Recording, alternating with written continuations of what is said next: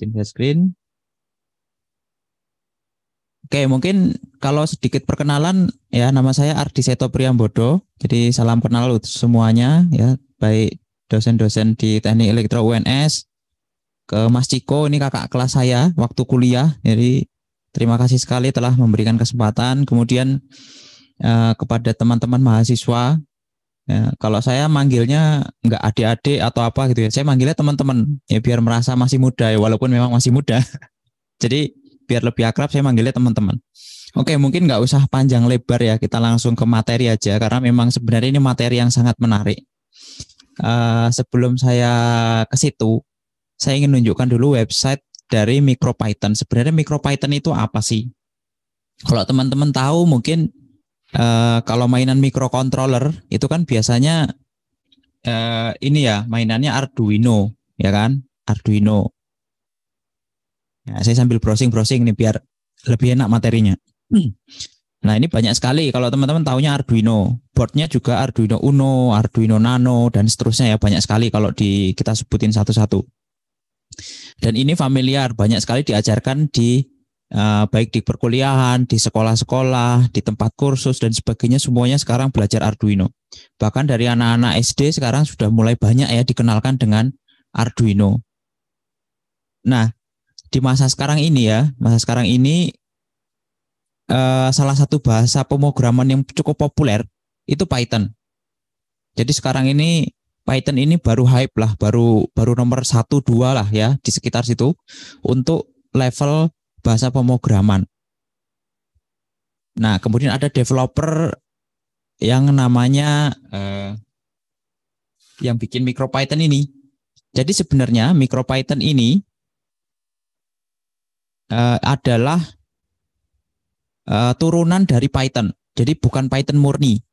Karena kenapa? Karena dia dijalankan atau diinstal, nanti kita install ke device perangkat microcontroller. Ya, jadi perlu dibedakan ya. Pemahamannya sedikit berbeda dengan Arduino. Nanti kita akan lihat contoh-contohnya. Jadi MicroPython ini sebenarnya kita memprogram Python yang Python itu interpreternya atau yang mengcompile itu sudah diinstal ke microcontroller yang nanti kita gunakan. Nanti ada perangkat-perangkat yang support itu apa aja, itu ada. Nah, ini websitenya micropython.org. Ini kalau teman-teman pelajari banyak sekali turunan-turunannya. Untuk board asli atau board yang disupport secara native sama si MicroPython itu namanya PyBoard, PyBoard. Nah, teman-teman bisa beli ya kalau memang mendukung developernya, ini bisa beli di store-nya. Ada banyak sekali tipe-tipe board yang bisa digunakan ya. Secara native dia langsung disupport oleh MicroPython.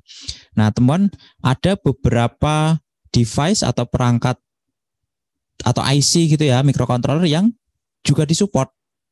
Nah, yang cukup populer di sini adalah ESP32 dan ESP8266. Sebentar, ini kok tiba-tiba agak lemot ya untuk buka. Oke, saya coba buka. Nah, ini ya. Jadi ini list di web MicroPython ini, kalau kita klik bagian download, ini adalah list microcontroller yang disupport sama MicroPython.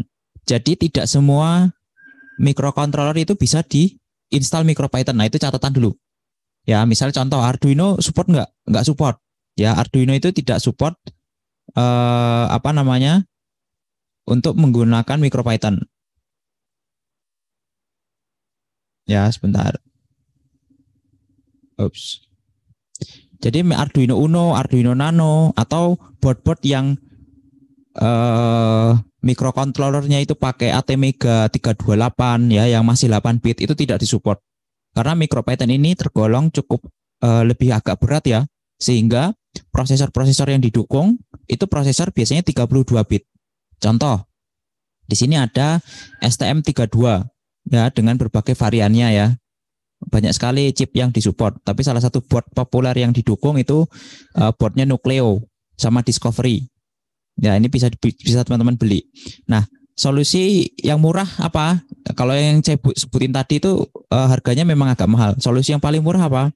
Adalah ESP32 dan ESP8266. Ini murah sekali ya dibandingkan dengan tipe board yang lain dengan fitur-fitur atau spesifikasinya itu tergolong murah sekali. Jadi sudah ada Wi-Fi-nya, sudah bisa Bluetooth ya, dibundling jadi satu chip, dan kemudian harganya untuk yang ESP8266 itu nggak sampai 50.000. Jadi kalau harganya ya mirip-mirip lah dengan Arduino Uno gitu ya. Sehingga ini salah satu alternatif board yang sangat affordable lah kita untuk beli, kemudian kita bisa jalankan MicroPython. Mungkin saya tunjukkan dulu. Ini salah satu nanti yang mungkin saya demokan. Gambarnya kelihatan nggak ya? Kelihatan nggak Pak Ciko? Oke, kelihatan ya. Nah ini sedikit tampilan trainer yang apa namanya sudah saya solder gitu ya, sudah saya gabung-gabung. Tapi di sini boardnya ini ESP8266. Jadi board ini yang nanti kita akan gunakan di demo gitu ya. Oke, ini kita singkirin dulu. Ini perkenalan dulu. Nanti untuk teknisnya kita akan masuk ke bagian selanjutnya. Tapi ini perkenalan dulu. Jadi MicroPython sendiri bisa dikatakan salah satu alternatif gitu ya. Salah satu alternatif untuk membuat project berbasis microcontroller ya, menggunakan bahasa pemrograman Python. Beda dengan Arduino. Arduino kan pakai bahasa pemrograman C atau C++. Kemudian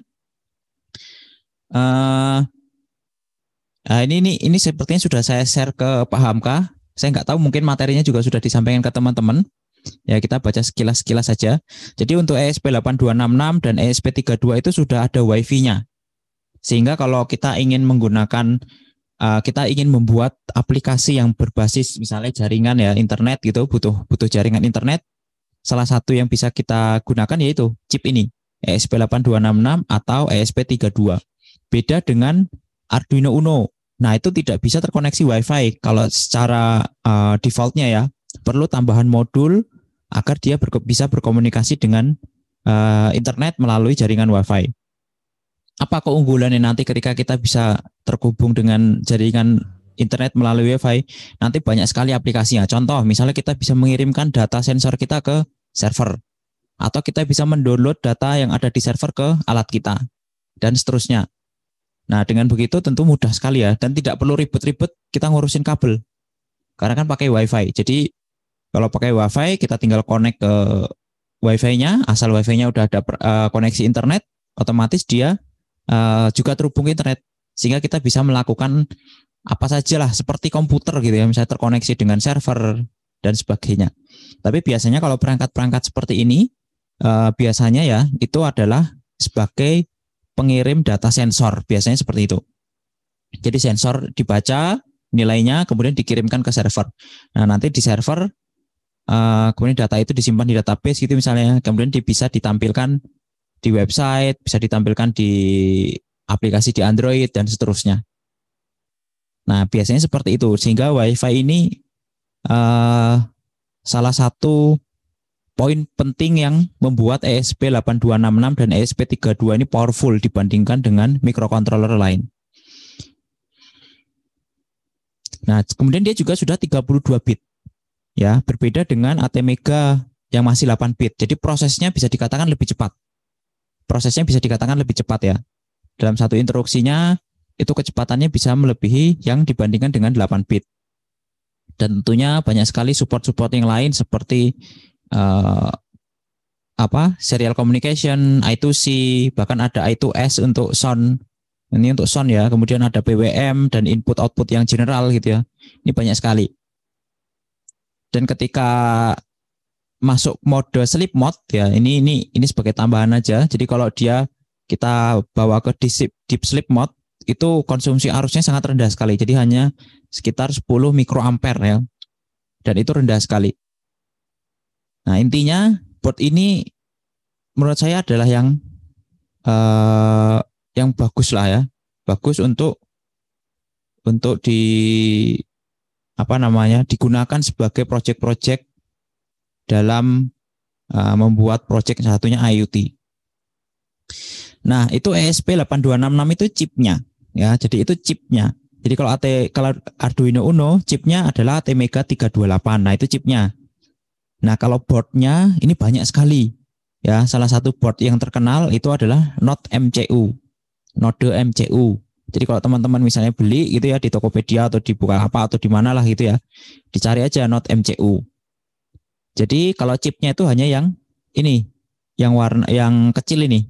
Nah, tapi kalau sudah dipasang dalam satu board, pin-pinnya kan jadi dikeluarkan tuh. Kita bisa menghubungkan pin-pin tersebut dengan peripheral yang lain. Nah, kalau untuk boardnya sendiri banyak ya, tidak terpaku dalam satu board itu saja. Contoh yang board yang terkenal lainnya itu ini, Wemos D1 Mini. Nah, ini ukurannya lebih simple, lebih kecil dengan jumlah pin yang sama ya. Nah, ini kan sama nih. Ininya sama, chipnya sama. ESP8266. Dan banyak sekali board-board yang lain gitu ya. Jadi ini saya kenalkan dulu boardnya biar nanti dapat pemahaman. Oh, ketika dijalankan ini, oh ternyata si ESP8266 ini punya fitur ini yang mungkin tidak bisa dijalankan di board yang lain. Nah, biar dapat pemahaman itu dulu ya, biar gampang. Dan ini pin-pinnya ini saya rasa gampang sekali, banyak di internet, tinggal dicari saja not MCU pin out gitu ya. Karena kalau kita bikin project, kita harus tahu pin-pinnya itu fungsinya apa saja. Kan kita nggak bisa sembarang asal colok. Powernya bagaimana, pin yang dipakai untuk membaca data sensor yang mana, nah, seperti itu. Untuk membaca push button gitu misalnya yang mana, itu kan harus benar ya, nggak bisa sembarangan. Nah, untuk itu harus tahu pin-pinnya. Saya rasa ini juga perlu ini secara umum juga harus bisa diimplementasikan untuk microcontroller yang lain kayak Arduino Uno, itu kan ada pin-pinnya. Nah, itu juga spesifik kan pin-pinnya, tidak bisa sembarangan digunakan. Jadi kalau ingin bikin project microcontroller seperti ini, yang paling dasar itu bukan pemrogramannya, tapi kita harus tahu hardware-nya dulu. Jadi yang utama itu hardware-nya. Kenapa? Karena program ini kan bisa kita buat atau kita jalankan ketika hardware-nya sudah jadi. Ya, ketika sudah jadi. Nah, kalau hardware-nya masih bermasalah, nanti program itu nggak kelar-kelar. Ya, jadi memang yang ideal itu hardware sudah jadi baru dibikin programnya. Nah, untuk tahu hardware-nya kan kita harus tahu konfigurasi pin-pinnya dan seterusnya. Jangan sampai nanti kita salah colok baterai, misalnya kebalik antara ground dengan VCC-nya. Nah, itu kan pasti otomatis rusak kan gitu ya. Nah, itu harus tahu pemahaman-pemahamannya kayak gitu. Itu harus jadi dasar pengetahuan dulu sebelum kita masuk ke programnya. Ya, ini Wemos D1 Mini. Ini juga yang populer, jadi dua board ini yang populer dan banyak dijual ya di marketplace. Harganya juga mungkin nggak sampai 40.000 ya, hanya 30 ribuan kalau nggak salah. Dan sudah bisa terkoneksi WiFi. Powernya kalau nggak punya baterai gitu kita bisa colokkan ke power bank. Jadi bisa pakai power bank untuk powernya dia, nyalakannya dia, sehingga mudah sekali ya. Ini untuk pin out-nya untuk Wemos, jadi sama saja ya sebenarnya dengan yang not MCU, mungkin hanya urutannya saja berbeda dan bentuk boardnya yang berbeda. Nah, ini lanjutannya ESP32. Jadi ESP32 ini suksesornya dari ESP8266. Jadi ESP32 memiliki salah satu keunggulan. Apa? Keunggulannya yaitu memorinya biasanya lebih besar dan dia sudah ada Bluetooth-nya. Kalau ESP8266 belum ada Bluetooth-nya. Jadi kalau kita pakai microcontroller ESP32, kita mau terhubung dengan Android kita gitu ya, melalui jaringan Bluetooth bisa. Ya, mudah sekali. Kita tinggal bikin programnya, nanti dia bisa jadi server, dia bisa jadi klien dan macam-macam. Itu salah satu fitur unggulannya. Kemudian jumlah input outputnya dia lebih banyak dibandingkan dengan ESP8266. Jadi kalau kita misalnya pakai banyak sensor, misalnya kita bingung nih, pertimbangkan kita mau pakai ESP8266 atau ESP32. Ya karena ESP32 memang harganya lebih sedikit mahal gitu ya.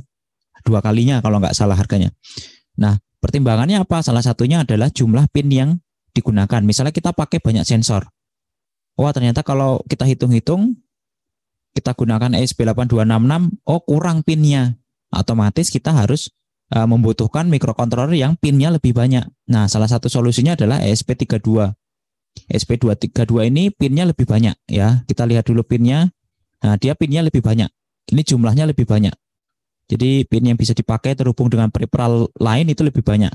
Selain fitur-fitur tambahan tadi yang lebih banyak dibandingkan ESP8266.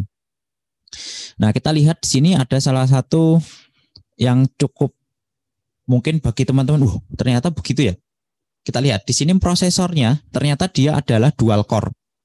Jadi mungkin salah satu microcontroller yang prosesornya dual core ini adalah ESP32 dengan harga yang nggak sampai 100.000 ya. Harganya di sekitar mungkin ada yang 70.000, ada yang 80.000. Jadi bisa dibayangkan kita punya sebuah microcontroller tapi dia sudah dual core ya. Jadi kalau bayangan teman-teman apa sih kenapa kok dual core gitu ya? Kenapa apa manfaatnya dual core? Dengan adanya dual core berarti kita bisa mengerjakan tugas yang terpisah. Ya, tugas yang terpisah. Prosesor yang ini ngerjakan tugas A, yang prosesor ini ngerjakan tugas B gitu kan. Nah, itu bisa seperti itu. Dan ini di microcontroller lain ini nggak umum ya, nggak umum. Jarang sekali ada microcontroller yang bisa atau punya dual core atau dua prosesor 32 bit lagi. Ya, sudah 32 bit kemudian di dual core. Jadi kalau dari sisi price to performance-nya ini sangat affordable sekali. Jadi kalau teman-teman punya uang 80.000 gitu ya atau 100.000 daripada dibelikan Arduino Uno Nano gitu ya. Saran saya belikan kalau nggak ESP8266 atau ESP32. Karena kenapa? ESP8266 atau ESP32 ini juga sebenarnya bisa kita program menggunakan Arduino IDE. Ya, tapi dalam materi ini nanti saya jelaskannya menggunakan MicroPython. Kemudian salah satu fitur yang menurut saya keren lagi ini adalah dia punya yang namanya prosesor tambahan. Sebentar, saya bisa coret-coret nggak ya di sini ya? Sebentar. Oke, ini bisa nih. Jadi di sini ada namanya ULP.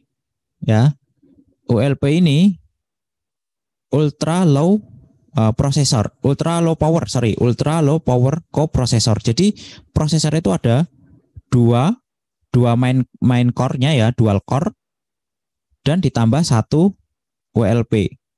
Ya, ini coprocessor. Jadi ini seperti prosesor biasa yang ULP ini. Ya, dia bahkan ultra low power. Jadi saya pernah bikin satu buat project untuk peralatan yang baca sensor ya, diletak ya, tapi dayanya ini sangat terbatas. Jadi kalau kita nyalakan dia terus-menerus, kemungkinan besar hanya bertahan beberapa jam dan habis itu nggak bisa dipakai lagi. Sehingga harus diakali bagaimana terkait dengan konsumsi dayanya, kan seperti itu. Nah, salah satu fitur yang keren ya menurut saya di ESP32 ini adalah ini ultra low power coprocessor. Jadi kita bisa manfaatkan ULP ini untuk mengerjakan tugas-tugas yang sederhana dalam keadaan main prosesornya tidur. Jadi ini masuk ke mode deep sleep.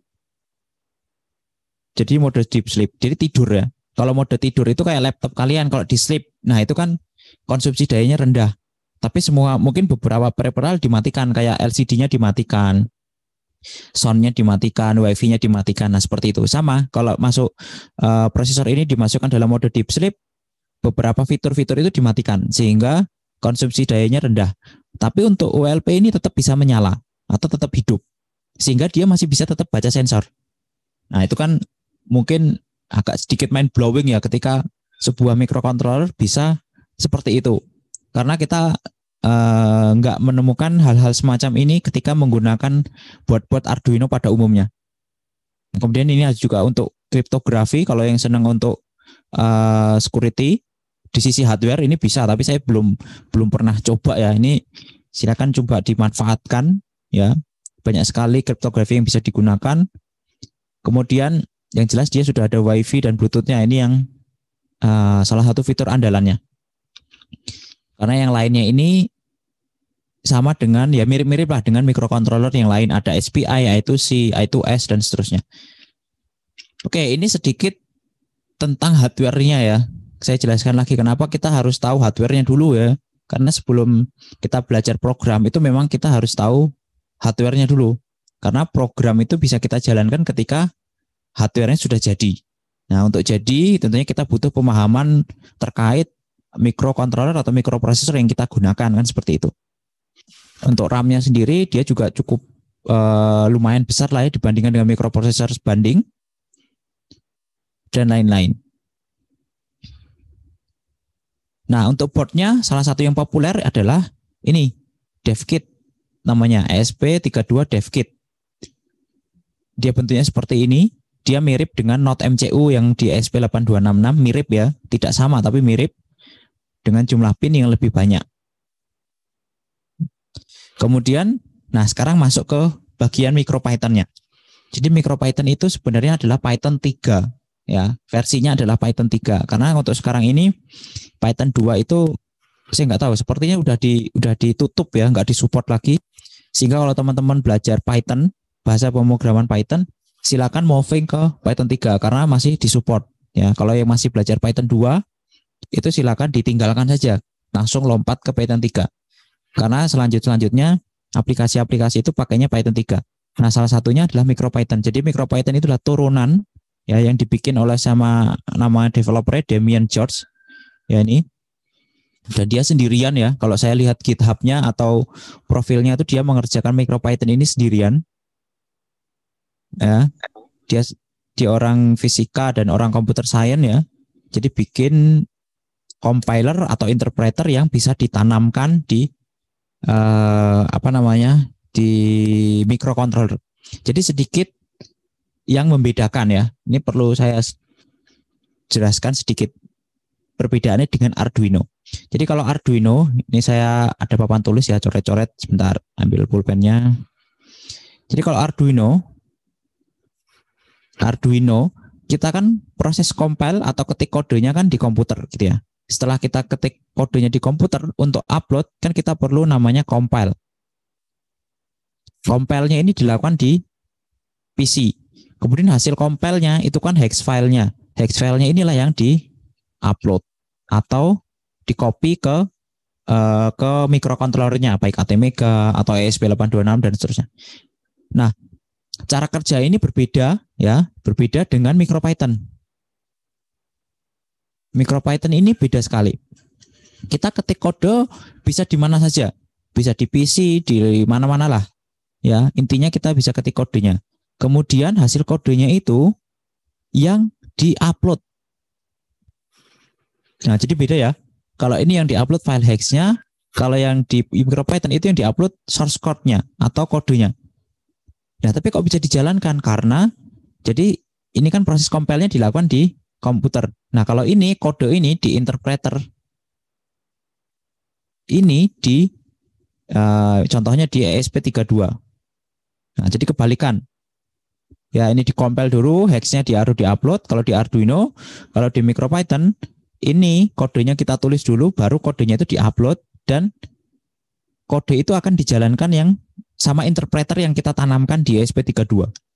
Nah, nanti akan kelihatan ketika kita melakukan banyak revisi kode gitu ya. Kita bekerja menggunakan Arduino ini pasti lama sekali. Karena harus compile dulu, proses upload, dan seterusnya itu prosesnya biasanya lama sekali. Bisa 1-2 menit sendiri untuk proses itu. Sehingga menjenuhkan kadang-kadang. Nah, kalau di MicroPython cepat, kita tinggal upload kodenya saja. Jadi kode yang sudah kita bikin, kita upload, selesai. Ya, langsung bisa dijalankan. Proses copy atau proses upload kodenya ya seperti ngopi ke flash disk seperti itu aja. Ya paling 5 detik lah selesai. Ya, itu nanti kita akan praktekkan. Itu salah satu yang membuat kenapa development aplikasi di MicroPython itu lebih cepat. Salah satunya itu. Kalau untuk situsnya ya, ini tadi sudah saya buka micropython.org, ini GitHub-nya, dia open source. Banyak sekali turunan-turunan dari MicroPython ya. Salah satunya adalah CircuitPython. Jadi ada namanya CircuitPython. Sebentar, Python. Nah, ini salah satu turunan dari MicroPython karena MicroPython itu kan dirilis open source. Jadi ada orang lah yang modifikasi kemudian merilis lagi dengan nama yang lain, CircuitPython. Tentu ada beberapa perbedaan. Salah satunya adalah dukungan boardnya. Ya, ini ada board karena dia juga jualan ya, si developer CircuitPython ini jualan. Jadi dia sambil jualan board. Ya, ini bikinan Adafruit. Ya, ini CircuitPython won't exist without the awesome work of Damian George. Ya, jadi Ini adalah salah satu turunan. Jadi ada beberapa sebenarnya turunan dari MicroPython ini. Dan MicroPython ini open source. Jadi kalau teman-teman bikin sebuah project, jangan ragu-ragu untuk upload di GitHub. Jadi silakan bikin satu akun GitHub sendiri. Kalau nggak salah sekarang bisa disupport sama education account ya. Jadi dapat beberapa fitur gitu. Silakan kalau bikin project-project upload di GitHub. Ya, mudah sekali. Untuk kolaborasi juga mudah. Misalnya satu project dikerjakan 3 orang, 4 orang. Nggak perlulah kita ketemu diskusi langsung gitu, mungkin itu bisa dikurangi ya, kita bisa langsung kerja di GitHub ya. Untuk kolaborasi sangat bagus sekali. Kemudian ini dukungan perangkatnya ya, tadi sudah saya jelaskan. Nah, bagi yang pertama kali kenalan dengan Python, mungkin ada lebih baiknya belajar bahasa pemrograman Python dulu. Nih, ini salah satu situs yang saya mungkin rekomendasikan karena cukup mudah diikuti. Dan dia mulai dari basic atau dasar. Jadi learnpython.org. Ini mulai dari hello world ya sampai mendefinisikan variabel dan tipe datanya. Kemudian ada list, basic operation, string information, dan banyak sekali. Sebenarnya kalau teman-teman sudah punya pemahaman bahasa pemrograman C, itu belajar Python akan lebih mudah lagi karena seperti belajar bahasa Inggris ya. Nanti akan saya tunjukkan contohnya. Ya, saya tunjukkan contohnya. Oke, mungkin itu teori-teorinya ya, biar nggak usah banyak-banyak teori lagi. Kita langsung masuk ke sesi utamanya ya, yaitu kita nyoba-nyoba atau ngoprek lah mainan MicroPython dengan board yang sudah saya tampilkan di sini. Nanti ada beberapa aplikasi yang mungkin saya akan coba. Nah, teman-teman kalau punya boardnya silakan juga boleh nyoba, sambil nyoba mungkin kalau ada pertanyaan atau kesulitan gitu ya, silakan bisa disampaikan. Boleh langsung open mic gitu ya, diinterupsi saja nggak apa-apa, daripada nanti di akhir malah lupa gitu ya. Ini saya plaster ini soalnya karena silau sekali ya, jadi saya LED-nya ini saya plaster aja ya. Oke, kita sudah berkenalan dengan hardware dan softwarenya. Sekarang masuk ke bagaimana sih cara memprogramnya gitu ya. Ya, bagaimana cara memprogramnya. Kalau Arduino mungkin teman-teman yang sudah familiar, tentu softwarenya sudah pada tahu ya. Softwarenya Arduino IDE. Dan itu gratis, bisa di-download secara gratis ya di websitenya Arduino. Nah, untuk MicroPython ini sebenarnya tidak ada software yang yang dirilis sama si MicroPython-nya. Beda dengan Arduino. Kalau Arduino kan ada Arduino IDE. Nah, itu kan dirilis sama si Arduino, developer Arduino ya. Kalau di MicroPython ini nggak ada software yang kita gunakan untuk ngetik kode gitu ya. Itu yang dirilis secara resmi atau belum ada software resminya. Karena si MicroPython itu hanya menyediakan, ya kalau kita buka websitenya, hanya menyediakan firmware-nya yang nanti kita install ke sini.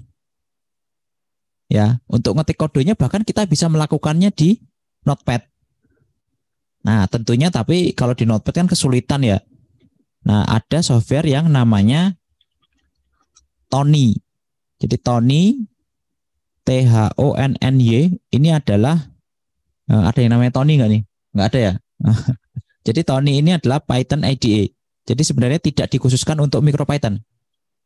Ya, tidak dikhususkan untuk MicroPython. Jadi sebenarnya ini bisa untuk Python standar, Python biasa, Python yang running di PC. Cuman kebetulan sama developer si Tony itu disediakan yang namanya opsi untuk mengaktifkan fitur MicroPython mode. Ya, nah dengan kita mengaktifkan fitur itu, sebentar ada nggak ya di sini tampilannya? Atau saya buka langsung Tony-nya. Nah, dengan mengaktifkan fitur itu, kita bisa ini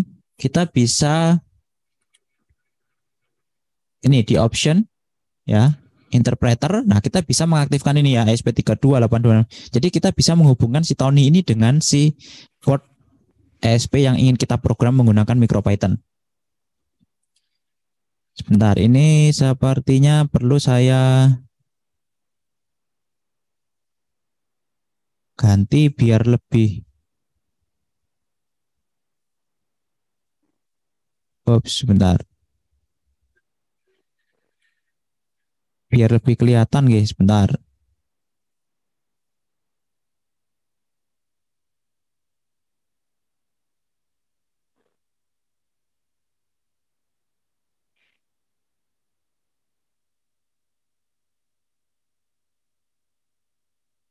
Oke.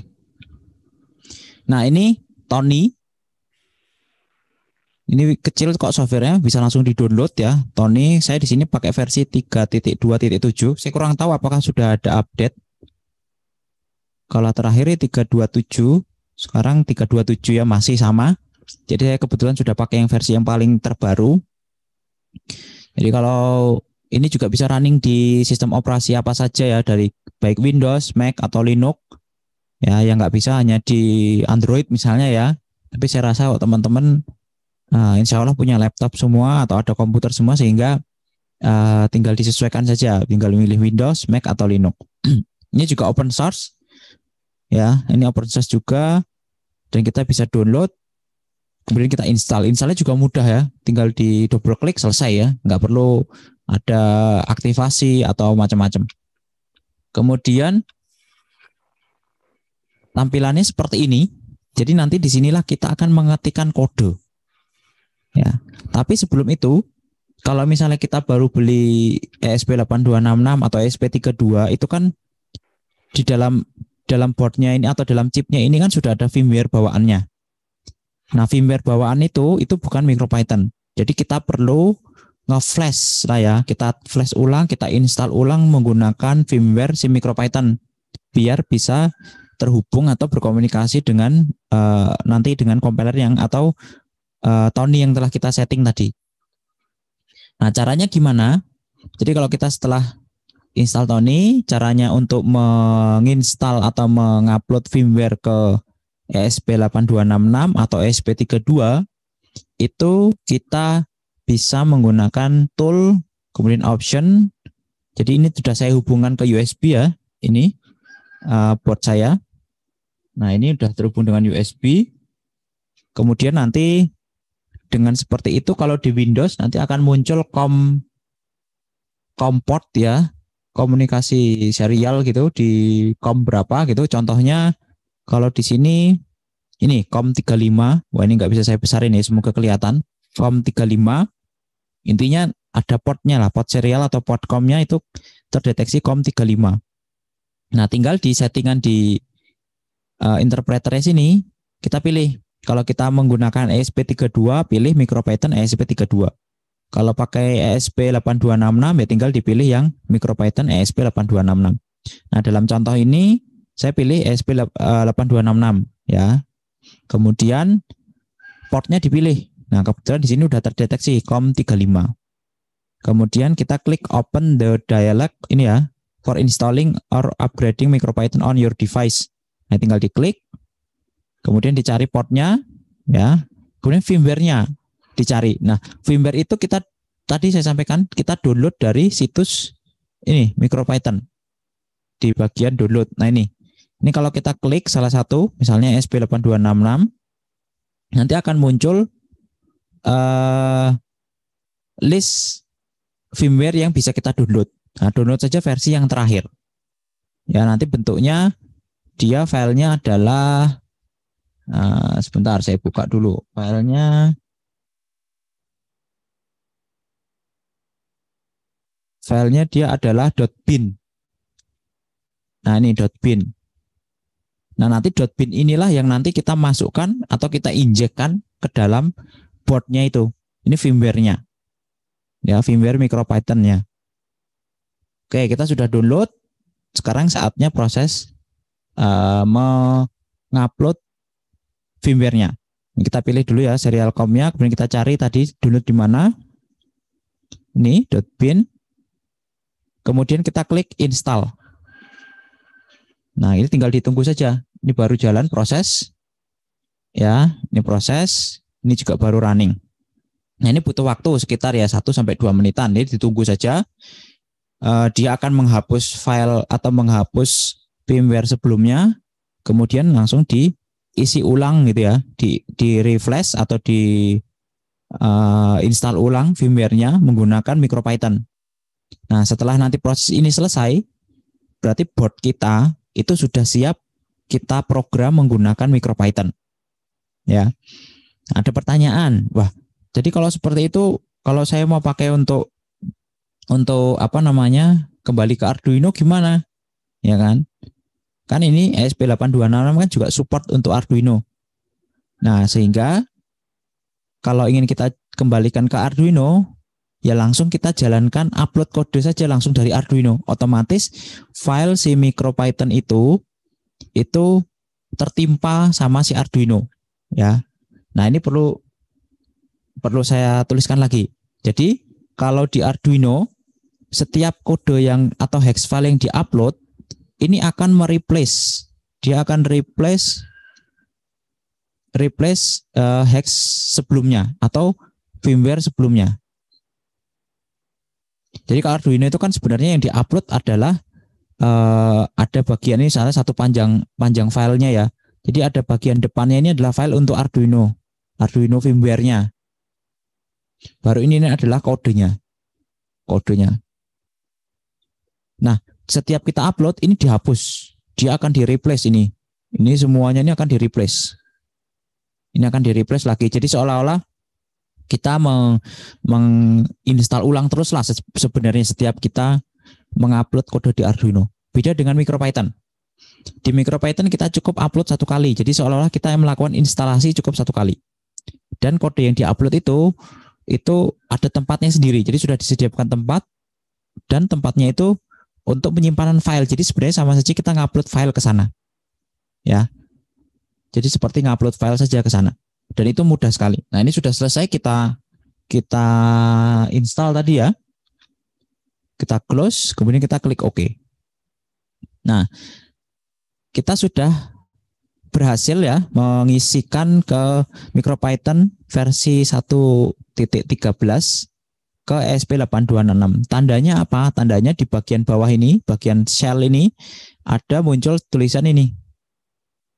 MicroPython v1.13 on bla bla bla module with ESP8266.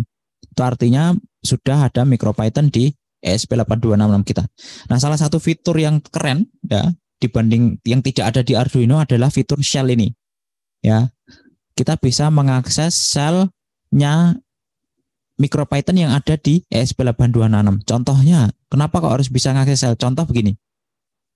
Kalau kita ingin menyalakan LED dan mematikan LED gitu ya, atau menyalakan LED lah contohnya. Di Arduino tentu kan kita bikin dulu kodenya, kita upload. Kita compile, kita upload. Kalau di sini enggak. Karena adanya shell kita bisa mendefinisikan atau kita bisa menuliskan perintahnya langsung. Contoh, from ini kodenya diterima saja dulu, nanti saya jelaskan. From machine import pin gitu ya. Kemudian LED sama dengan pin dalam kurung 2, pin out. Seperti ini contohnya. Enter. Sekarang langsung nyala. Jadi tanpa kita membuat kode dan kita upload, kita bisa mengaktifkan LED lah di sana menggunakan shell interaktif ini. Ya. Bahkan kita juga bisa mematikan LED off. Oh, sorry, kebalik. LED on. Ya. Karena itu aktif low jadi kebalik. Nah, dengan begini tentu ada kemudahan. Kemudahannya apa? Kita bisa ngetes sensor, kita bisa ngetes motor, kita bisa membaca push button contohnya atau baca sensor-sensor gitu ya. Tanpa bikin programnya, kita coba-coba dulu menggunakan shell interaktif ini. Sehingga mudah sekali ya untuk mengganti konfigurasi, mengganti nilai-nilai di sini cepat sekali. Nah, dengan kita telah coba-coba di shell-nya ini, barulah mungkin kita tuliskan di kodenya secara utuh. Gitu ya. Beda dengan Arduino tadi. Kalau di Arduino kita harus tulis kodenya dulu panjang gitu ya, baru dicoba. Atau kita tulis kodenya satu persatu gitu, baru dicoba. Dan itu prosesnya pasti lama sekali, harus compile, harus dan lain-lain. Nah, contoh misalnya saya mau mematikan LED, di sini tinggal ketikkan aja LED off, nyala dia. Sekali lagi ini kok off kok malah nyala? Ya karena ini aktifnya low ya, LED-nya ini, LED yang di LED ini itu aktifnya low, dikasih 0 nyala. makanya off nyala. Atau bisa juga seperti ini, value 0 atau value 1 lah ya, value 1 dia mati. Value 0 dia nyala. Jadi sel interaktif ini adalah salah satu keunggulan dari si MicroPython yang tidak ada di Arduino. Kita bisa menulis sintak-sintak programming di sini. Ya. Oke, sekarang kita sudah tahu dan sudah bisa mengupload MicroPython ke board kita. Sekarang kita akan bikin program sederhana. Oke, langkah yang pertama untuk bikin program tentunya ya new file saja. New file, ini abaikan saja ya tab banyak ini. Ini diabaikan saja dulu. Kita bikin satu buah file baru. Contoh misalnya from machine import pin. Nah, ini sebenarnya adalah deklarasi deklarasi library yang nanti kita gunakan. Ya, ini adalah deklarasi sebentar. Ups, ini ketutupan. Ini adalah deklarasi dari library yang nanti akan kita gunakan. Nah, dari sini saya nanti akan membuat program program LED berkedip.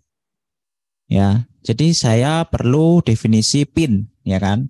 Nah, kalau di Arduino sama ya, menggunakan digital write seperti itu kan definisi pin atau inputnya ada input seperti itu. Nah, kalau di sini input outputnya dia untuk definisi pinnya ada di library machine ya, di mesin, kemudian di sub dalamnya ada submodul namanya pin. Kemudian untuk delaynya sendiri ada di library yang namanya library time. Jadi from time import sleep. Jadi untuk bikin delay kita menggunakan perintah sleep. Nah, kemudian kita definisikan dulu pinnya ya. Nah, di sini saya mendefinisikannya bebas ya. Saya mau namai LED ya. Jadi pin itu nanti saya mau namai LED.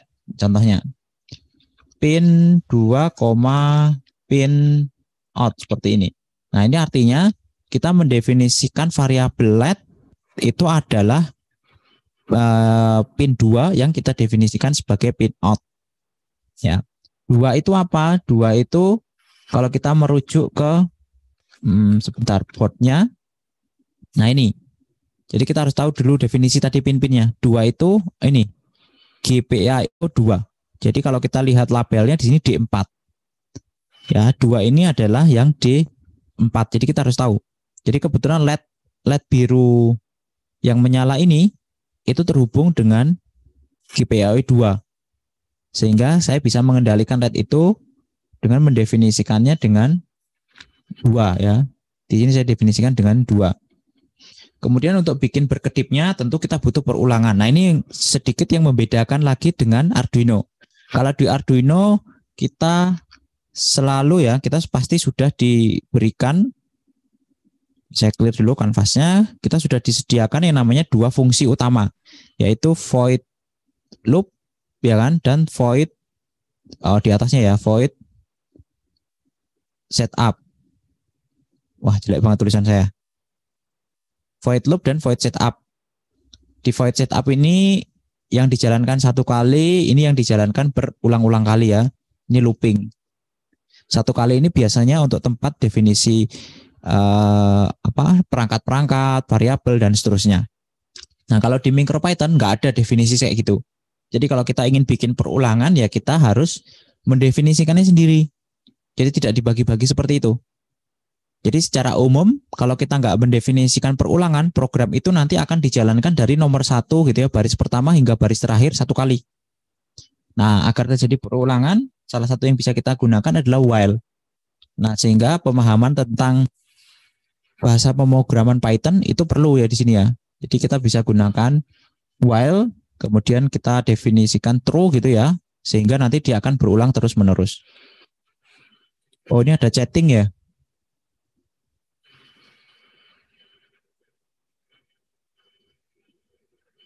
Oh, oke, siap.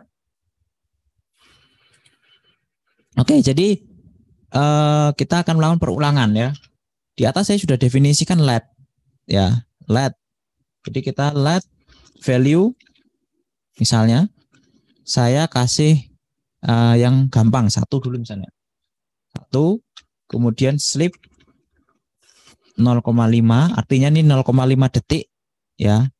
Di delay 0,5 detik, kemudian let value 0. Kemudian sleep lagi 0,5 detik. Nah, sekarang gimana cara nguploadnya? Saya sudah bikin programnya nih.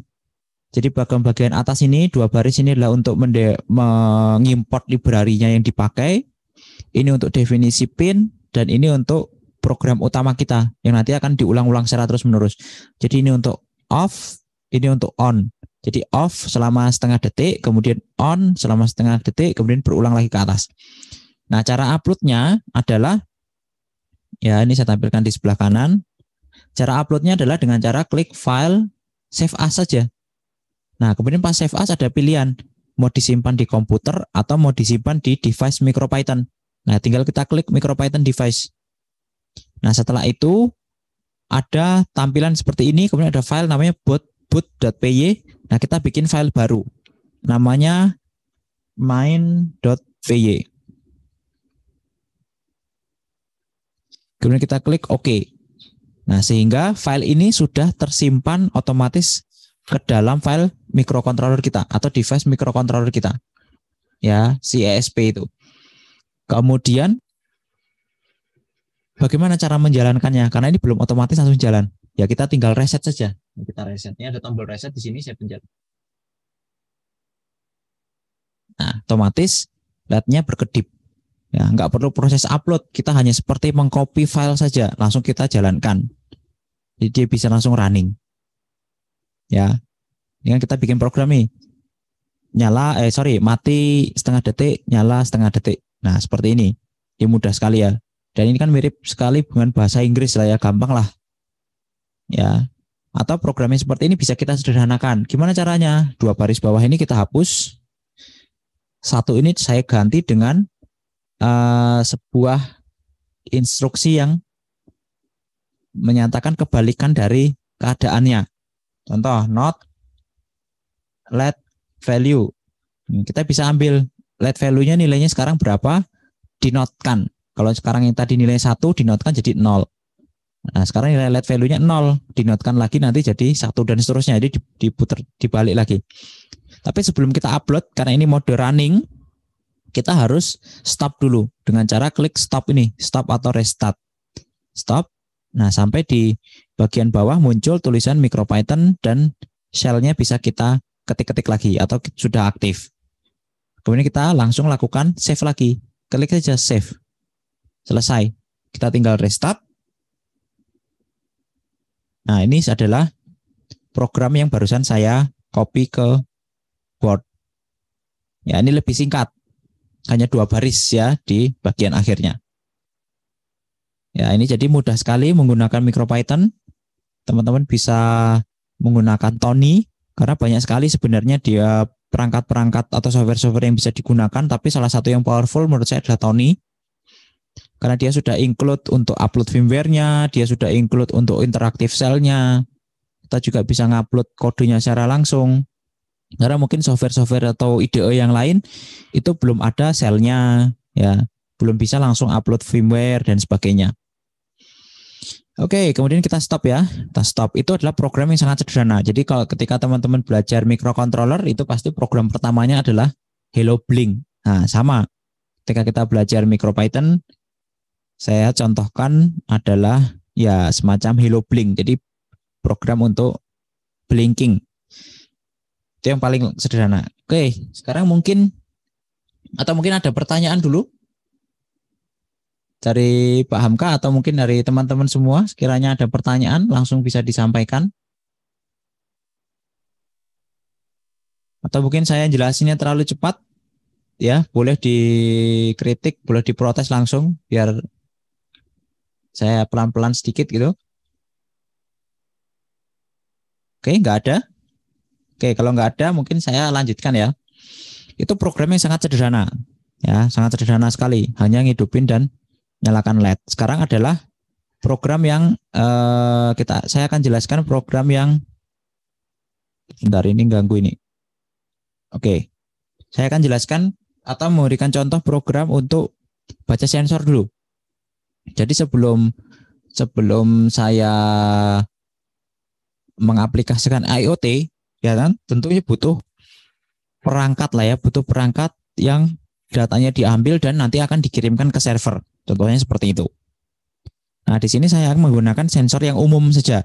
Sensor DHT11. Ini sensor untuk temperatur bisa dan humidity. Temperaturnya nilainya mulai dari 0 sampai 50 derajat dan humidity-nya mulai dari 20 sampai 90 derajat dengan nilai akurasi untuk suhunya plus minus 2 derajat dan untuk temperaturnya plus minus 5%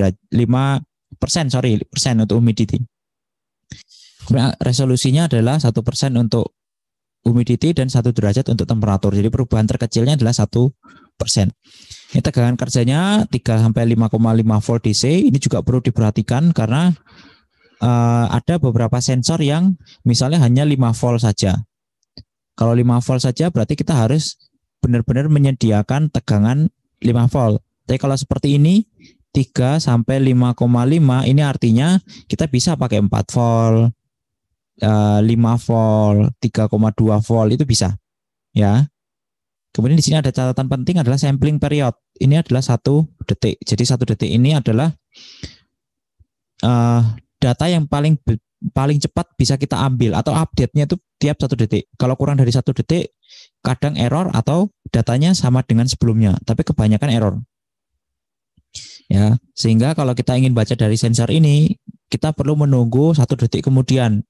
Setelah kita baca. Jadi kita baca sekarang detik ke-30 misalnya, paling cepat data selanjutnya harus di detik 31. Kalau di detik 30 setengah ya, itu belum bisa. Wiringnya seperti ini. Ini hanya menggunakan 1 pin, mudah sekali ya. G ini ground, V itu VCC-nya. Jadi kalau di sini terhubung dengan 3,3 ya, 3,3 pin yang ada di ESP32. Jadi kalau di sana juga sama sih di ESP8266 ini. Di sini juga saya sama, di sini pakai 3,3. Terus kemudian 1 pin untuk sinyalnya. S ini sinyal ya, S ini sinyal. Nah, ini bebas. Kebetulan di sini kalau ini ya yang kuning ini saya hubungan ke D14. Tapi dalam ini modul yang saya gunakan, sebentar, saya tampilkan. Dalam modul yang saya gunakan, di sini saya pakainya pin D1. Ya, di sini pakainya pin D1. D1 itu berarti artinya ini GPIO 5. Terus nggak bisa pakai ini, oke. GPIO 5. Ya, nanti kalau saya ingin membaca harus mendefinisikan pin 5 untuk membaca sensor tersebut. Oke, kita langsung masuk ke bagian programnya ya. Di PDF ini juga sudah saya kirimkan ke Pak Hamka. Nanti kalau memang dibutuhkan silakan diminta atau Pak Hamka bisa bantu mendistribusikan ke teman-teman yang lain. Oke, mungkin saya singkirin dulu. Kita langsung bikin programnya. Untuk bikin programnya mungkin nggak saya ketikkan dari awal. Ya, nanti terlalu lama. Saya akan langsung jelaskan bagian perbaikiannya saja. Jadi di Tony ini saya sudah bikin programnya ya. Ini saya kecilkan dulu biar kelihatan. Oke. Jadi di sini ada tambahan yang namanya import DHT. Nah, untuk membaca sensor, kebetulan saya di sini pakai DHT 11 ya. Jadi untuk baca sensor saya perlu modul tambahan atau library tambahan. Ya, ini perlu saya definisikan di awal, import DHT. Jadi perintah-perintah atau sintak-sintak yang ada di dalam modul DHT ini bisa kita panggil seterusnya. Kemudian saya definisi, ini pendefinisian dulu. Ya, sensor DHT-nya dipasang di mana? Tadi saya katakan pin 5. DHT.DHT11. Jadi di sini bisa diganti macam-macam. Di sini ada DHT22, DHT21, dan DHT11. Nah, saya di sini pakai DHT11, pinnya pin 5.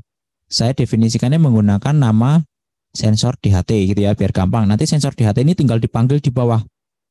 Ya, tinggal dipanggil di bawah. Kemudian untuk LED ini masih sama dengan yang sebelumnya di pin 2. Kemudian untuk perulangannya ya. Untuk perulangannya tentu di sini saya pakai while. karena nanti akan berulang terus-menerus.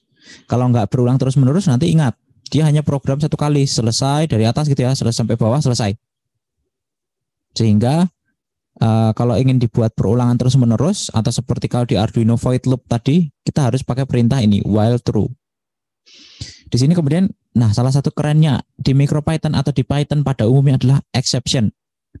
Sebenarnya ini agak panjang jelasinnya, tapi intinya kita bisa mengcapture error. Jadi kalau di Arduino error ya udah selesai, kita nggak bisa ngapa-ngapain. Error alat kita ya selesai. Tapi kalau di sini kita bisa mengcapture errornya.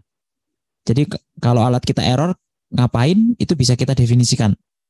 Ya contoh kalau di sini ada error nanti itu alatnya nggak berhenti, nggak stuck, tapi menampilkan tulisan ini di shell-nya nanti. Jadi shell ini juga berfungsi sebagai serial monitor kalau di Arduino. Nah, di sini saya akan langsung masuk ke bagian sensor DHT-nya. Jadi while true di sini try akan mencoba program ini dulu. Kalau ini error, nanti dia akan menjalankan yang bawah. Nah, untuk membaca sensor di sini perlu didefinisikan sensor DHT measure. Nah, kemudian temperatur adalah hasil pembacaan dari sensor DHT temperatur. Kalau ini temperatur F ini adalah hanya untuk mengkonversi lah dari Celsius ke Fahrenheit ya. Tinggal dikalikan dengan 9/5 kemudian ditambahkan 32 derajat.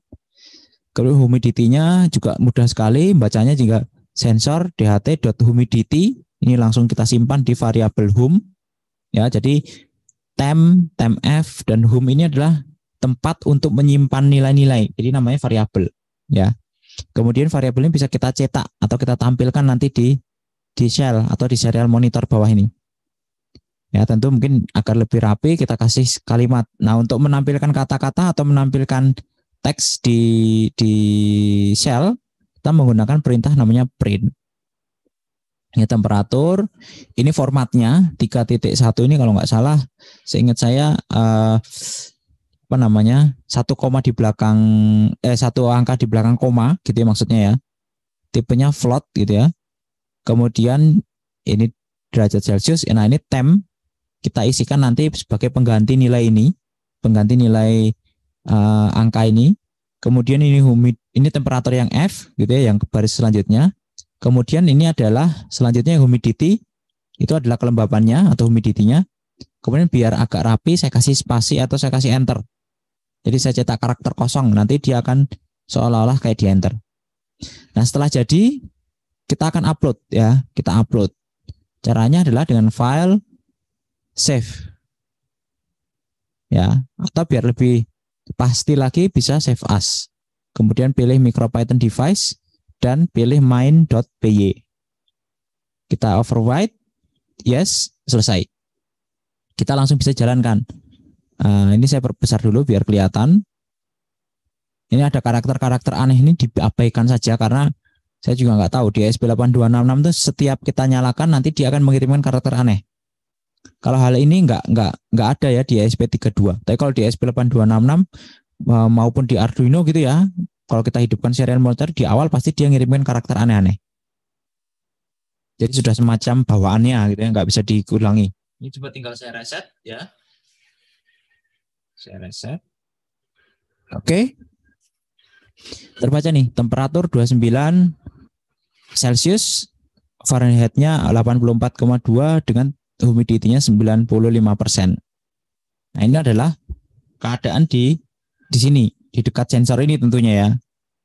Jadi kita bisa membaca sensor temperatur dan humidity dengan menggunakan sensor DHT11. Nah, sensor ini juga murah sekali, hanya kalau nggak salah ya 15.000, 20 ribuan ya. Ini kalau cuma baca temperatur sama kelembapan di kamar kosnya masing-masing atau di kamar rumahnya masing-masing, ya nggak sampai 100.000 lah ya, bisa buat belajar. Itu untuk membaca sensor DHT11. Mungkin sebelum saya lanjutkan, ada pertanyaan dulu? Saya mau tanya, Pak. Oke, silakan. Ya, Ini jadi siapa ya? Oh, paham kan? ya, Oh, oke. menarik yang Megabyte. Ini jadi yang pertama ini ada apa? Error exception-nya ya. Benar. Nah, ini apabila kalau program ini misalkan itu kan ada blinking sama baca sensor. Kalau misalkan Oke. saat runtime itu sensornya kita cabut, itu loopnya itu dia exit atau dia tetap eksekusi yang blinkingnya gitu ya, Pak? Nanti dia kalau breakingnya ya tentu tidak dieksekusi karena dia masuk ke dalam try-nya ini. Hmm. Hmm. Jadi sebelum dieksekusi itu sepertinya dia akan ngecek dulu program yang di dalam try ini. Jadi kalau ada error atau sesuatu yang tidak bisa dijalankan, nanti dia langsung menjalankan bagian yang bawah. Gitu. Oke, oke. Oke. Nah, itu kalau kasusnya misalkan dikasih error exception. Tapi kalau misalkan nggak kita kasih error exception gimana, Pak? Uh, Apakah dia akan exit gitu nggak? Ada kemungkinan exit programnya itu nggak, Pak? Sepertinya enggak, tapi begini. Jadi sebenarnya kan kita manggil modul ini kan sebenarnya modul ini dibuatkan sama orang orang lain ya Pak ya. Ini Yeah. kan sebenarnya kita panggil modul apa namanya perintah-perintah yang ada dalam modul. Nah, kita sebenarnya bisa lihat di dalam modul ini isinya apa saja. Biasanya kalau membaca-baca sensor seperti ini, di dalamnya juga ada error exception-nya. Jadi kalau dia nggak bisa membaca, nanti dia akan nampilkan error. Jadi nanti fungsi sensor DHT temperatur ini return-nya kalau nggak salah 0 atau berapa gitu ya. Seperti itu. Jadi tergantung dari si modulnya Pak. Modul apa library-nya yang dipakai. Jadi kalau ini kita bongkar sebenarnya di dalamnya sebenarnya sudah ada error expression-nya sebenarnya. Jadi kalau nilainya error, dia akan mengembalikan nilai saya lupa ya, saya nggak tahu 0 atau 255 ya kalau nggak salah ya. Seperti itu. Jadi kalau dia nilainya 0, itu berarti dianggap sensornya nggak ada atau sensornya error. Seperti itu.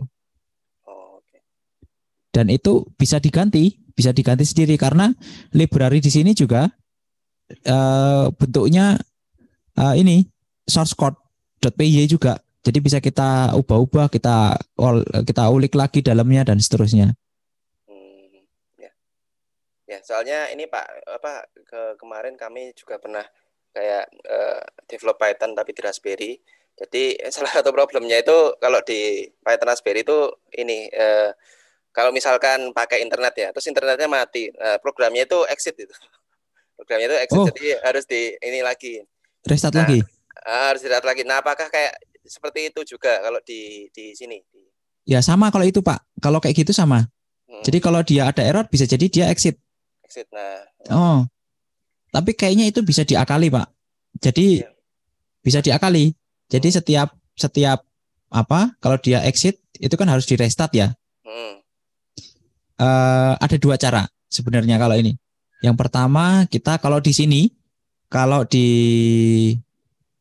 cara yang paling gampang sebenarnya ada namanya watchdog timer. Jadi secara hardware.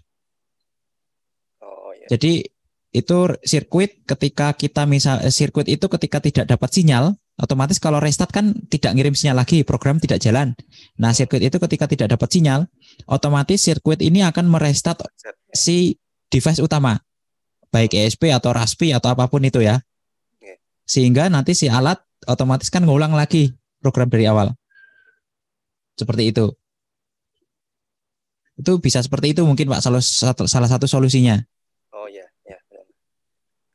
Kemudian satu lagi Pak, apa namanya? Kalau yang untuk mereka Python itu bisa debugging real time gitu ya, enggak ya? Misalkan ngasih breakpoint, step in, tapi real time langsung kelihatan di microcontrollernya. Saya belum pernah coba sih, tapi kalau di sini kayaknya ada semacam ya debugging, cuman saya belum pernah coba. Jadi oh ya ada itu Pak kayaknya tuh. Ya ini ada breakpoint dan seterusnya. Iya, bisa itu kayaknya. Cuman saya jujur juga belum pernah nyoba untuk yang apa breakpoint dan seterusnya. Karena kalau mainan kayak gini biasanya kan simple Pak ya, cuma baca sensor, sensornya bisa dibaca berarti ya sudah kan, tinggal mau dikirim atau mau diolah. Jarang sekali sampai bikin sesuatu program yang complicated ya, jarang sekali, sehingga debugging sampai kecuali barisnya banyak sekali, nah itu mungkin perlu. Tapi kalau di sini memang aplikasinya biasanya simple-simple, jadi nggak bagi saya nggak mungkin tidak melakukan hal itu gitu. Oh, oke Pak, oke, makasih. Oke, mungkin ada teman-teman mahasiswa yang lain ada yang mau nanya gitu? Izin Silakan. bertanya Pak. Oke, silakan. Kan kalau dari yang saya tangkap tadi intinya kalau kita menjalankan program ini kan kita buat code, habis itu kita save as main.py ke dalam device MicroPython ya Pak. Iya. Habis itu kita reset, dia menjalankan kodenya tadi. Benar sekali. Kalau misalkan itu namanya harus main.py atau enggak Pak itu Pak? Harus. Jadi di MicroPython itu ada dua file yang harus ada. Yang pertama boot.py. Boot.py itu script yang mana sintak-sintaknya akan dijalankan pertama kali. Ya. Ini kalau kita buka misalnya kita stop dulu, kemudian kita open di MicroPython device ada boot.py. Nah, ini program yang dijalankan pertama kali sebenarnya. Tapi kalau bawaannya ini kosong ya sebenarnya, hanya nggak ada sesuatu yang penting di sini. Tapi kalau misalnya kita ingin connect WiFi dan nanti mungkin connect WiFi-nya bisa kita masukkan di sini. Nah, jadi ini dijalankan satu kali di boot ini. Setelah boot di running selesai, baru main.py-nya dijalankan. Nah, di dalam main.py itu kita bisa mendefinisikan file-file yang lain. Ya, file-file yang lain kayak misalnya second.py, third.py dan seterusnya atau line.py. Nah, itu bisa kita panggil di sini. Jadi filenya harus namanya boot.py dan main.py. Itu secara default seperti itu. Ya, mungkin ada lanjutannya? Oh ya, saya mau tanya lagi Pak. Jadi kalau misalkan namanya nggak kita gantiin jadi main.py, terus kita save gitu Pak, itu nanti jalan atau enggak Pak? Enggak jalan. Tidak jalan. Jadi dia akan selalu ngecek nama filenya dulu, boot.py dan main.py. Kalau nggak ada main.py otomatis walaupun ada file lain gitu ya, 2.py, 3.py, itu nggak akan dijalankan. Ya, Gitu. baik, terima kasih Pak. Oke, mungkin ada lagi yang mau bertanya? Izin bertanya Pak. Ya.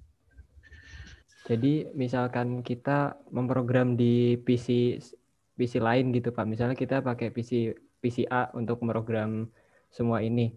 Nah, untuk kita bisa memprogram di PC lain itu filenya itu berarti ada di dalam .mcu-nya ini ya Pak? Atau kita harus ya gimana terus lanjutannya? Ya, apa kita harus ngulang programnya lagi atau kita bisa akses lewat .mcu ini atau gimana itu Pak? Kalau misalnya ya saya sudah nangkap pertanyaan. Oke, jadi kan filenya kita simpannya kan di .mcu-nya, ESP8266-nya. Sehingga ya itu jadi seolah-olah kayak flash disk saja. Ya, kita bisa load di mana saja. Contoh di sini misalnya, saya ingin load main.py yang ada di board ini. Tinggal saya open MicroPython device, tinggal pilih file yang mau saya buka main.py, klik OK. Jadi memang kalau rencananya mau di cloning dan sebagainya memang paling gampang ya. Tapi setahu saya juga ada caranya untuk menyembunyikan atau men-security file ini itu ada caranya ya. Cuman di sini saya nggak ajarkan. Ya, tapi secara umum ketika dibuka di komputer lain atau laptop lain, kita langsung bisa load filenya. Kita open aja MicroPython device-nya, kita ambil filenya main.py atau boot.py-nya, atau mungkin file lain yang ada di dalam perangkat tersebut, langsung kita bisa buka source-nya. Kita edit, kita upload lagi. Nah, itu bisa mudah sekali. Terus Pak, apa itu hanya bisa satu program doang menyimpannya atau bisa banyak gitu Pak? Maksudnya satu program gimana nih? Kan tadi waktu di pas pembuka itu di dalam .mcu-nya itu kan ada kayak dua program, yang atas sama yang bawah. Ada yang bawah itu yang main kalau nggak salah. Nah iya Pak, ada yang boot, ada yang main. Apa kita bisa nambahin lagi gitu file lain gitu Pak? Bisa nambahin file lagi bisa. Contoh nanti akan saya contohkan. Kenapa harus nambah file. Jadi file library itu bisa ditambah manual ya. Nanti tinggal diupload saja ke sana. Jadi gini, intinya kalau di perangkat MicroPython itu harus ada dua file ini, boot.py dan main.py. Jadi itu adalah script utama yang nanti akan di running, dijalankan. Dan ngeceknya dari boot.py dulu. baru main.py. Jadi kalau di boot.py ini ada programnya, nanti akan itu dijalankan terlebih dahulu. Jadi program ini sebenarnya juga bisa kita simpan di boot.py, tapi nggak umum ya. Umumnya program utama kita simpan di main.py. Boot.py ini mungkin ya untuk misalnya pertama kali perlu connect ke WiFi. Nah, itu kita bisa definisikan di sana. Atau definisi untuk pin input output yang digunakan. Nah, itu bisa kita definisikan di sana. Tapi itu jarang sih. Jarang di boot.py itu jarang diedit biasanya. Karena programnya biasanya langsung diedit di main.py. Jadi begitu. Baik, Pak. Terima kasih, Pak. Oke, mungkin ada lagi sebelum saya lanjutkan. Saya Pak mau bertanya. Oke, silakan. Kalau memprogram ESP32 menggunakan Arduino IDE itu saat proses uploading harus ditekan tombol bootnya. Kalau menggunakan MicroPython sama seperti itu juga Pak, atau tidak Pak? Kalau proses upload firmware-nya ya itu perlu dipencet tombol bootnya. Upload firmware-nya saja. Karena kan upload firmware ini prosesnya sama seperti upload kode dari Arduino IDE. Tapi satu kali saja karena kan kita nge-flash firmware-nya kan satu kali. Setelah itu kalau misalnya sudah terisi MicroPython di board kita ESP32 atau ESP8266, ya kalau untuk upload filenya tinggal save as saja, nggak perlu tekan bootnya. Begitu. Oke? Ada lagi?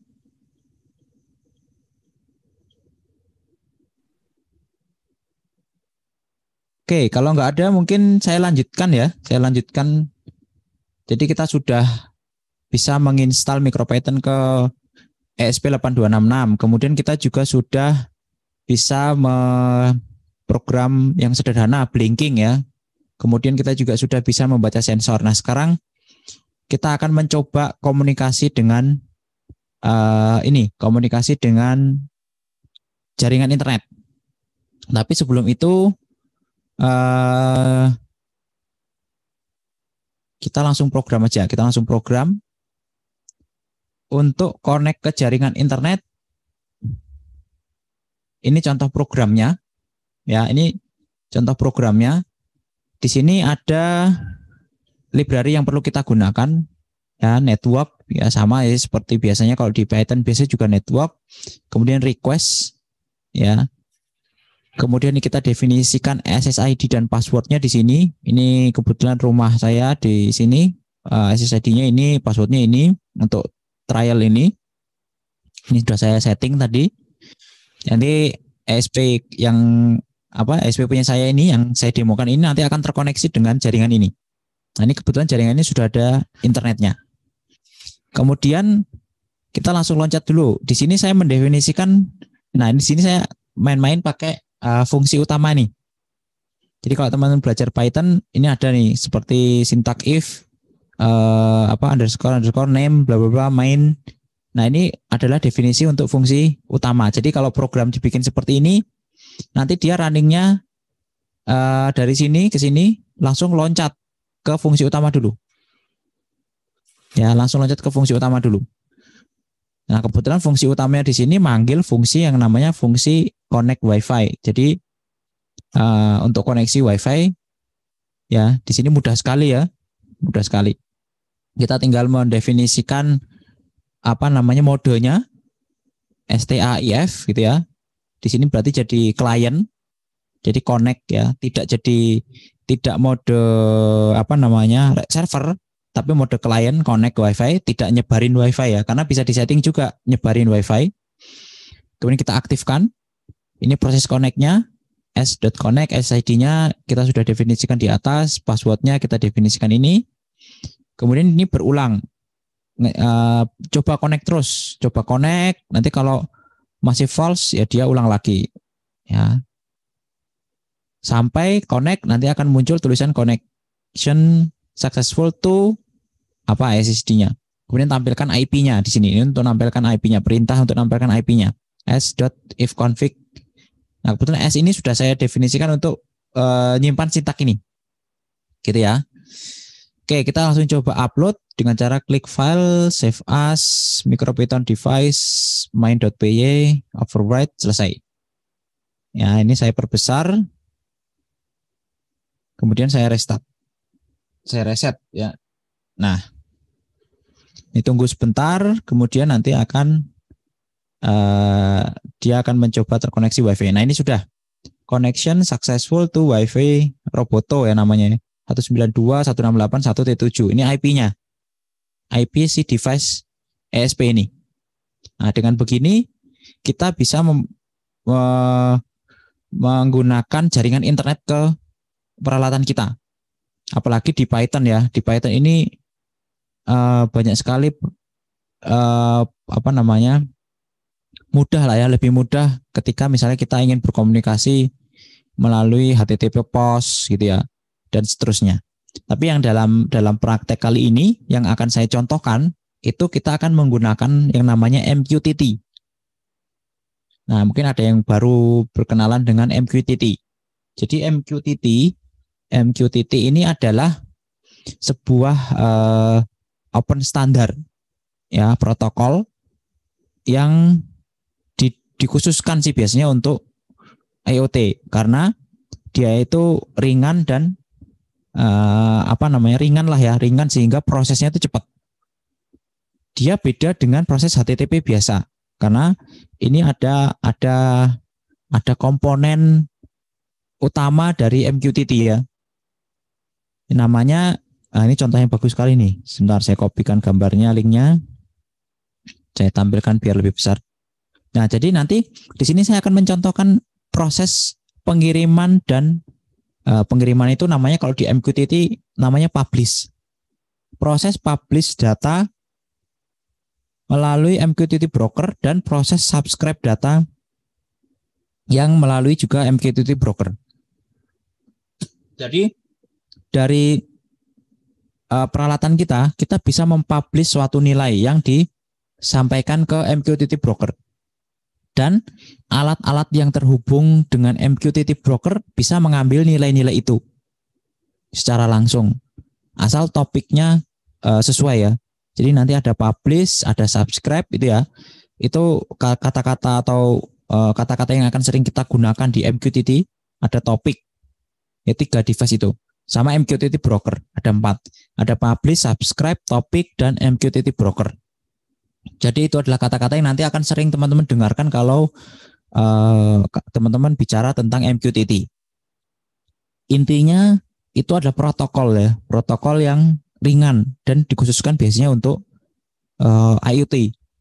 Nah, saya akan mencontohkan atau mempraktekkan itu ya di sisa waktu 30 menit ini karena ini juga kebetulan agak cukup banyak MQTT. Nanti kalau masih ada sisa waktu ya nanti saya tampilkan sedikit untuk HTTP post ya atau HTTP get untuk berhubungan ke misalnya ke server atau ke website gitu ya.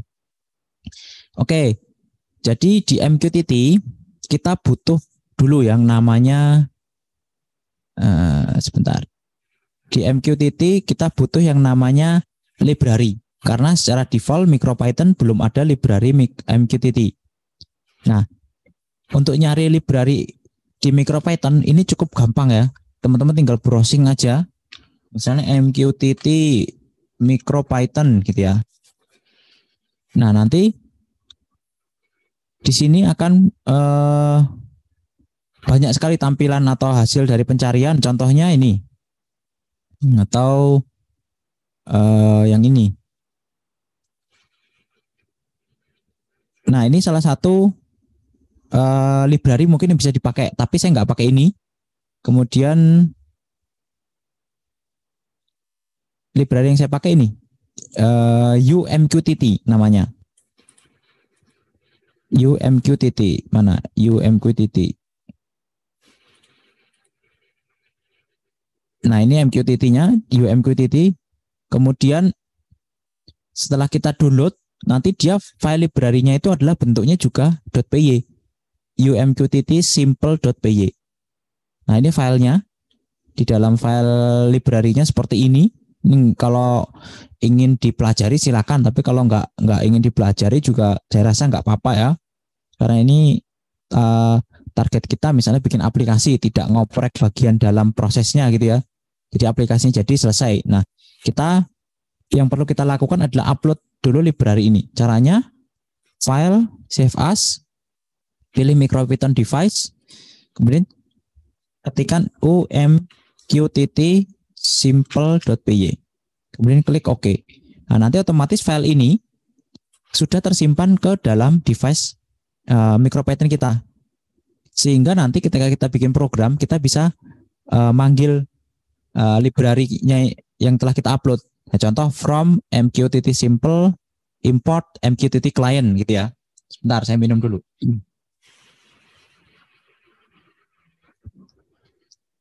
Nah, jadi setelah library-nya bisa kita upload, kita install, baru bisa kita panggil. Gitu ya. Nah, di sini saya akan mencoba menggunakan sebenarnya gini, MQTT broker itu kan ini bukan server ya. Tapi kalau dalam proses MQTT itu harus ada MQTT broker.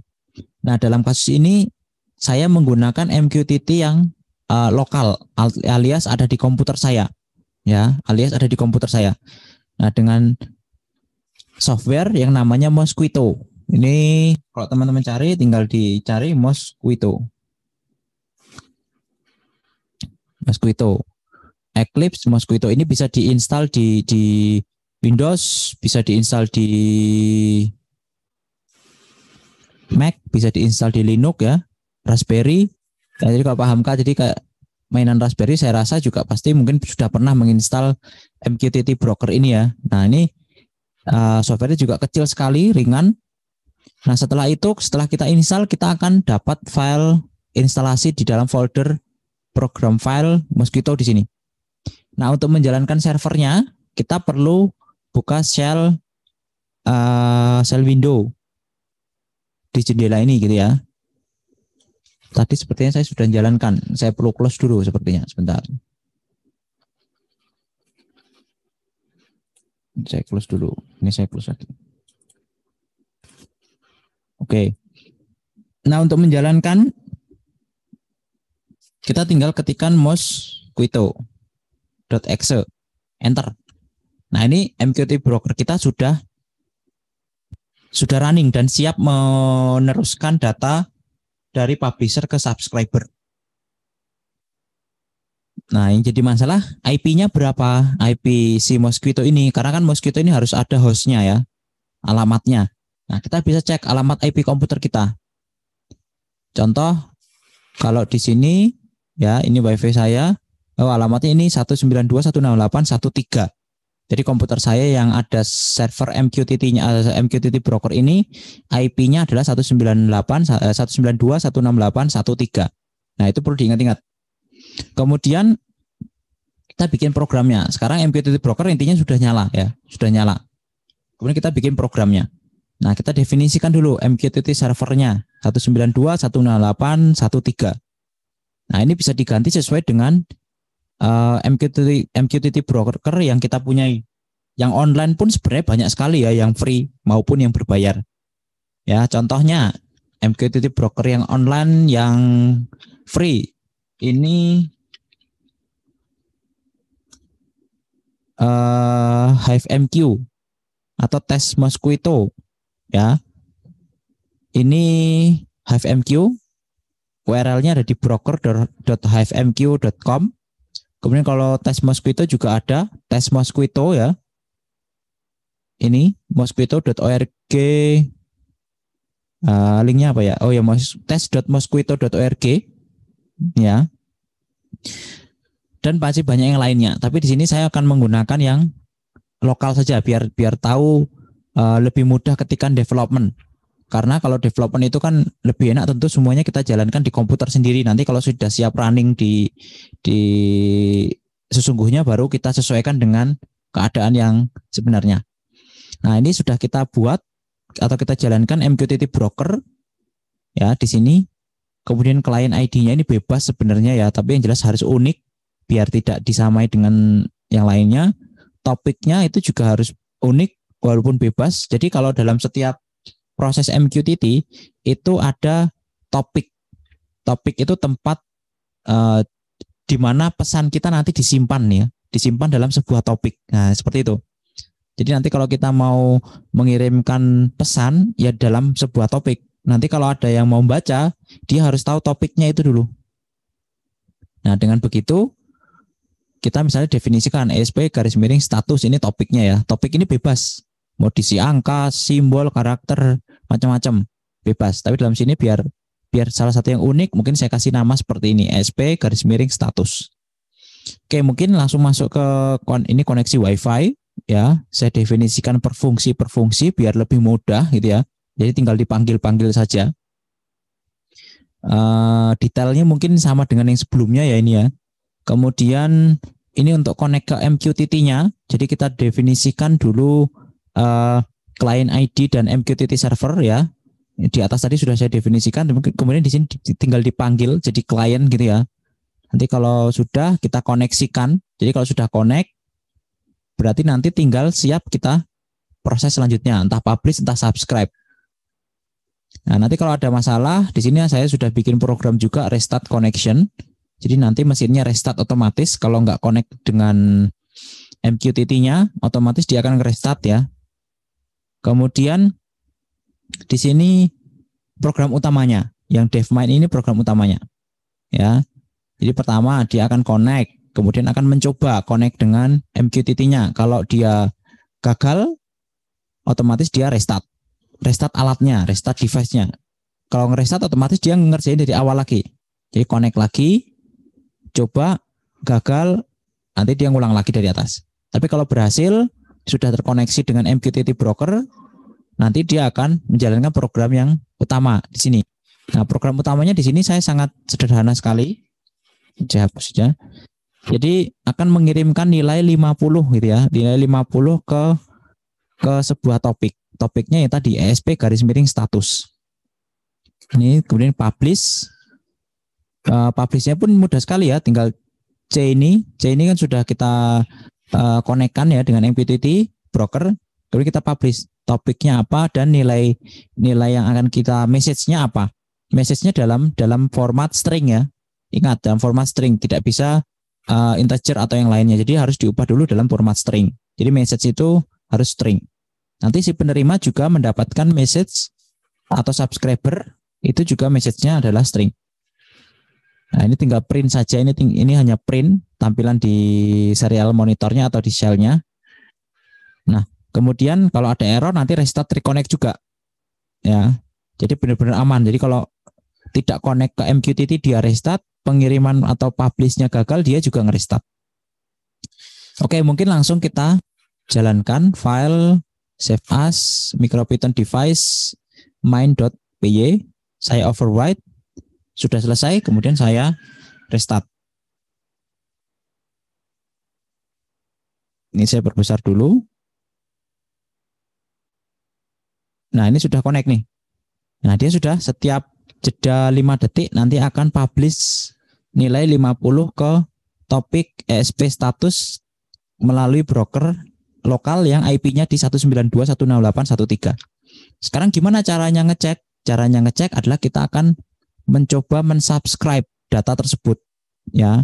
Jadi di software Mosquito tadi kita bisa buka shell monitor lagi atau shell window.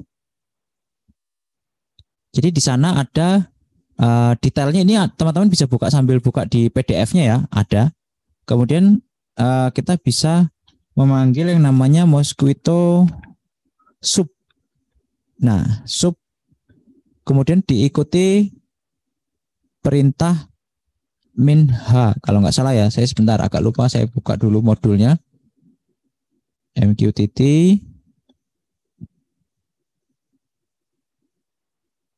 di sini min-h terus servernya kemudian topiknya. Oke. Jadi min-h 192.168.1.3 kemudian min-t topiknya ESP/status. Kemudian enter. Nah, ini dia akan mensubscribe data yang dengan topik ESP status yang melalui broker ini. Kita bisa lihat ya. Ini mengirimkan data 50 otomatis di Power Window ini atau di shell ini akan menerima data 50. Dan kalau brokernya online, berarti kita bisa berkomunikasi lewat online ya, karena ini lokal. Ini lokal. Ini contohnya lokal. Jadi kita bisa mengirimkan dan menerima data lewat jaringan lokal. Kalau online, kalau lokal itu contohnya kita bisa install Mosquitto ini di Raspberry. Nah, alat-alat yang terkoneksi dengan Raspberry bisa berkomunikasi melalui komunikasi protokol MQTT. Kenapa ini sangat recommended untuk penggunaan di IoT? Karena dia sangat ringan dan message-nya kecil. Beda dengan HTTP yang header dan footer-nya banyak ya. Nah, kalau ini benar-benar sangat ringan. Jadi kebutuhan datanya sangat sedikit sekali ya dibandingkan proses HTTP. Ini proses sub publish. Jadi untuk publish kita sudah berhasil. Nah, selanjutnya mungkin satu proses lagi yaitu adalah proses namanya subscribe. Jadi tadi kan sudah publish. Nah, sekarang gimana kalau alat kita yang ngambil data? Nah, itu juga bisa. Alat kita juga bisa melakukan namanya subscribe. Jadi nanti alat kita ini ngambil data dari subscribe data dari si broker. Ya, di sini belum saya buat kodenya, sebentar saya copy saja deh biar lebih cepat.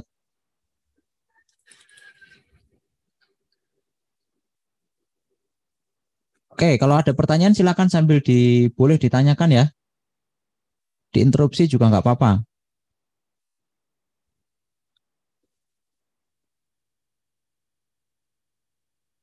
Nah, ini untuk subscribe nggak jauh beda, hanya di bagian ini saya perlu perbaiki dulu. Kemudian, oke, ini untuk subscribe. Oke, jadi stop dulu. Ya, sudah stop. Kemudian untuk subscribe, bedanya hanya sedikit ya di bagian kode untuk ngambil datanya saja. Ini. Jadi subscribe-nya itu seperti ini aja. Apa topik yang ingin kita subscribe? Jadi perbedaannya hanya di sini. Ya. Selebihnya programnya sama. Ini kita save as main.py, override, kemudian kita restart.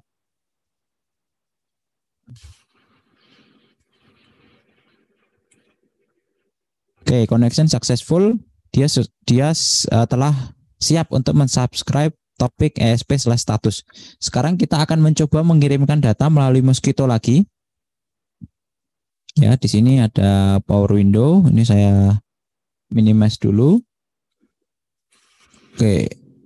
Nah, cara mengirimkan datanya saya agak lupa perintahnya. Ini. Oh, ada /-m. Oke. Jadi Mosquitto kita cari yang pub ya. Sorry, kelewatan. Pub. Kemudian H192.168.1.3 ini hostnya. Kemudian topiknya itu ada di ESP/status. Kemudian message-nya apa? 123 contohnya ya. Kita akan lihat nanti hasilnya di sini. Nah, ini contohnya. 123. Ops, main M dulu, main M. Nah ini terkirim. 123 datanya terkirim ke alat ya. Kita publish dari sel di komputer, terkirim ke datanya ke alat. Contoh yang lain misalnya message-nya saya mau hello TEUNS misalnya. Oh, nggak bisa pakai spasi. Nah, itu ya. Hello TE-UNS gitu contoh, bisa nggak? Oke, masih bisa. Ya, jadi data yang dikirimkan ini datanya string dan bebas. Nah, ini prosesnya cepat sekali. Ya, ini prosesnya cepat sekali. Walaupun online lebih cepat dibandingkan proses dengan HTTP biasa, gitu ya. Nah, ini MQTT merupakan salah satu protokol standar yang yang banyak sekali sekarang digunakan untuk proses pengiriman data dari IoT, sehingga ketika kita ngomongin IoT ya, jadi MQTT ini sudah jadi sebuah standar baru karena dulu belum ada. Bahkan untuk di tingkat industri, MQTT ini jadi pengganti banyak sekali perangkat-perangkat lama. Contohnya sekarang ada istilah yang namanya IIoT ya. Jadi kalau teman-teman belajar tentang perangkat-perangkat industri ya, sekarang itu banyak sekali atau banyak sekali dikenalkan dengan namanya IoT, Industrial Internet of Things. Nah, salah satu yang membuat ini ada itu adalah MQTT. Ya, karena proses pengiriman datanya yang cepat ya, kemudian tidak ribet gitu ya, tidak butuh server, hanya butuh broker saja dan mudah sekali settingnya, sehingga sekarang itu banyak sekali yang bermigrasi untuk perangkat peralatannya itu menggunakan IoT. Nah, salah satu protokol yang banyak digunakan atau hampir semuanya digunakan adalah MQTT untuk protokol IoT-nya. Oke, mungkin itu materi-materi kita. Mungkin ada sesi ya 15 menitan lah ya, masih 45 menit ini. 15 menitan untuk sesi tanya jawab, diskusi dan sebagainya. Silakan mungkin ada yang mau konsultasi juga boleh. Konsultasi misalnya mau bikin alat seperti ini, kira-kira cara kerja. Kalau programnya ya lama ya, nggak bisa dibikinkan ya. Tapi kalau ada yang mau konsultasi misalnya sensornya atau gimana, atau cara kerjanya kira-kira gimana dan sebagainya, mungkin bisa kita diskusikan. Monggo yang ingin bertanya. Oke, mungkin saya juga tanya lagi Pak Ardi. Oke, silakan Pak. Untuk library MicroPython ini apakah sama ya dengan library yang di Python desktop ya? Apakah kompatibel atau enggak? Kalau saya pernah bongkar, sepertinya beda Pak. Jadi kalau yang dibikin di MicroPython, kalau kayak contohnya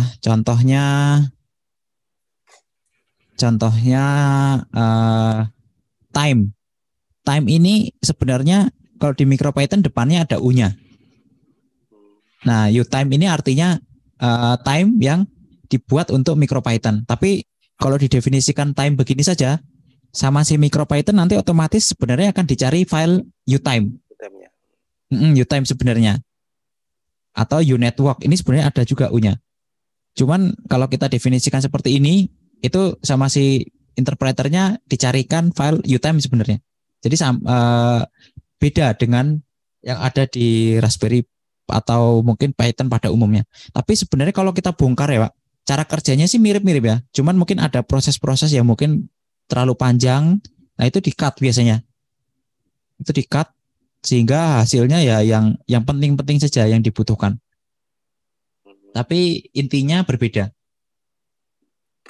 Oke Pak, makasih. Sama satu lagi Pak, apa namanya? Kalau dari ketersediaan library MicroPython tuh gimana ya Pak dibandingkan dengan Arduino? Kalau Arduino kan kayaknya udah lama sekali, jadi library-nya itu kayaknya banyak buat sensor-sensor yang ini. Kalau MicroPython tuh gimana? Apa namanya? Untuk library biasanya sensor-sensor yang baru-baru itu. Apakah lengkap enggak dibandingkan dengan Arduino? Benar. Itu salah satu, kalau ini sebenarnya sudah ngomongin keunggulan dan kekurangannya. Salah satu keunggulan Arduino karena memang sudah lahir 10 tahun lebih dahulu, tentu komunitasnya lebih besar. Komunitasnya lebih banyak. Orang yang berkontribusi ke sana memang lebih banyak. Sehingga dukungan library itu ya cukup masif ya, cukup banyak sekali. Apalagi kalau pabrik-pabrik pembuat sensor dan seterusnya itu rilis sensor, biasanya sekarang itu sudah menjadi standar sambil rilis library-nya buat Arduino. Tapi untuk di MicroPython ini sebenarnya sekarang ini juga komunitasnya mulai banyak. Ya, komunitasnya mulai banyak. Untuk perangkat-perangkat yang standar, yang umum yang banyak kita gunakan, mulai dari sensor-sensor yang sering kita gunakan, mulai dari ultrasonic, kemudian ada DHT, SHT dan sebagainya, itu sebenarnya sudah banyak juga dituliskan sama orang-orang. Ya, salah satu yang bisa kita manfaatkan di GitHub ya tentunya. awesome micropython.com ini salah satunya ya. Ini sebenarnya dari GitHub juga, sebenarnya dia ngumpulin dari GitHub. Ini salah satu yang agak lengkap. Jadi sudah di list sama dia. Jadi banyak sekali untuk library-library, bahkan tidak hanya sensor-sensor saja. Contoh misalnya untuk aljabar, komputer aljabar gitu ya. Ini ada library namanya UMath. Kemudian ada NumPy-like ya. Kita bisa jalankan NumPy, tapi ya NumPy-like ya karena proses yang besar-besar jadi agak ribet kan pasti kalau di prosesor yang kecil ini. Ini ada MicroPython ULab dan seterusnya banyak sekali. Jadi kalau untuk dukungan memang untuk saat ini pasti kalau dikatakan ya pasti lebih bagus dan lebih besar Arduino, lebih banyak Arduino, lebih mudah dicari untuk Arduino. Ya. Tapi tentu ketika kita menggunakan MicroPython, ketika itu nggak ada, kita bisa bikin sendiri, Pak. Jadi bisa berkontribusi juga seperti itu. Oh, oke. Makasih. Kayaknya dilihat dari library-nya kayaknya sudah sangat mencukupi nih. Udah. Oke, kalau untuk banyak sekali, sudah banyak sekali. Oke, mungkin ada lagi yang lain? Baik, Pak, saya izin bertanya. Ya. Kan tadi terlihat dari program atau coding sendiri, terlihat menggunakan IP address dari satu laptop atau perangkat. Berarti itu menandakan hanya bisa diakses satu laptop atau perangkat begitu ya, Pak? Jadi gini, jadi mungkin saya perlu menampilkan ini konsep dari MQTT ya. Ini konsepnya dari MQTT. Konsep MQTT itu sebenarnya hanya ada dua alat. Yang pertama namanya client, yang kedua namanya broker. Ya, broker ini ya gampangnya sih server lah ya. Gampangnya kita sebut server walaupun dia tidak berfungsi sebagai server. Kenapa dia dinamakan broker? Karena dia tugasnya hanya menyampaikan data. Nah, tadi itu saya menginstal broker ini itu di komputer saya. Komputer saya ini kebetulan sudah terhubung dengan jaringan Wi-Fi. Yang mana tadi alat tadi juga sudah terhubung dengan jaringan Wi-Fi. Alatnya kan tadi IP-nya 17, ya kan? Kemudian untuk komputer saya yang saya install broker 13. Sehingga sebenarnya semua perangkat yang terhubung dengan komputer atau jaringan di Wi-Fi saya yang saya gunakan ini ya bisa mengakses data-data ini. Nah, kenapa tadi saya menggunakan 13 ini IP-nya 192.168.1.3 ya. Itu karena IP dari si broker yang saya install. Nah, siapa yang bisa mengakses? Untuk saat ini ya memang hanya perangkat-perangkat atau klien-klien ini yang terhubung dengan broker atau jaringan Wi-Fi saya. Apakah bisa diakses dari luar? Untuk sementara belum bisa. Tapi kalau ingin diakses dari luar, kita bisa memanfaatkan broker online. Ya, MQTT broker ya, bukan broker online ya. Nanti salah persepsi lagi. MQTT broker online. Salah satu contohnya ini saya tampilkan di sini. Ini yang gratis ya, free. Ini test.mosquito.org. Itu bisa kita manfaatkan untuk ngetes publish dan subscribe kita. Dan kalau sudah seperti ini online, ya ini bisa dilakukan di mana saja. Asal klien-klien atau perangkat-perangkat yang ingin terhubung ke sana sudah ada internet gitu. Ya mungkin itu bisa menjawab. Oh ya, baik Pak. Terima kasih Pak. Sudah jelas ya Mas? Atau ada yang mau ditanyakan lagi? Sudah Pak dari saya. Oke. Mungkin yang lain ada pertanyaan lagi? Ini sisa 10 menit kita diskusi saja ya. Ya silakan. Saya mau bertanya Pak. Ya. Berarti Mosquito ini cuma sebagai penyampai ya Pak? Dia nggak bisa nyimpan datanya gitu ya Pak? Oke, pertanyaan bagus. Nah ini memang kalau namanya broker dia hanya bisa menyimpan saja. Sehingga ada software tambahan yang sebenarnya kita bisa gunakan untuk menyimpan data. Ya, namanya Node-RED. Node-RED ini sederhananya tool programming ya. Kita bisa install bersamaan dengan Mosquito dalam satu server gitu ya. Dan kita bisa manfaatkan si Node-RED ini untuk meng-capture data lewat yang melewati si broker. Nah, dengan begitu kita bisa meneruskannya ke database. Nah, memang perlu tambahan software lah untuk menyimpan atau menyimpan data yang melalui si broker tadi ke database. Itu perlu satu tambahan software, dan yang bisa kita gunakan adalah Node-RED. Ini open source juga, gratis, teman-teman bisa download, bisa install juga di Windows, bisa install di Mac, bisa install di Linux ya. Di Mac bisa nggak ya? Saya rasa bisa, kayaknya ada sih ya Mac ya. Karena dia lewatnya Node.js ya. Jadi bisa juga sepertinya di Mac, dan ini juga bisa di Android ya. Saya pernah install server Node-RED ini di Android. Sehingga memang kalau untuk menyimpan data yang melalui broker tadi kita perlu alat tambahan.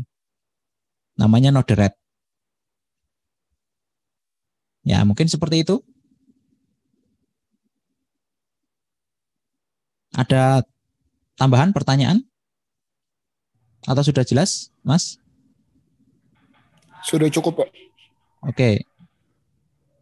Mungkin ada lagi yang lainnya? Izin bertanya, Pak. Ya.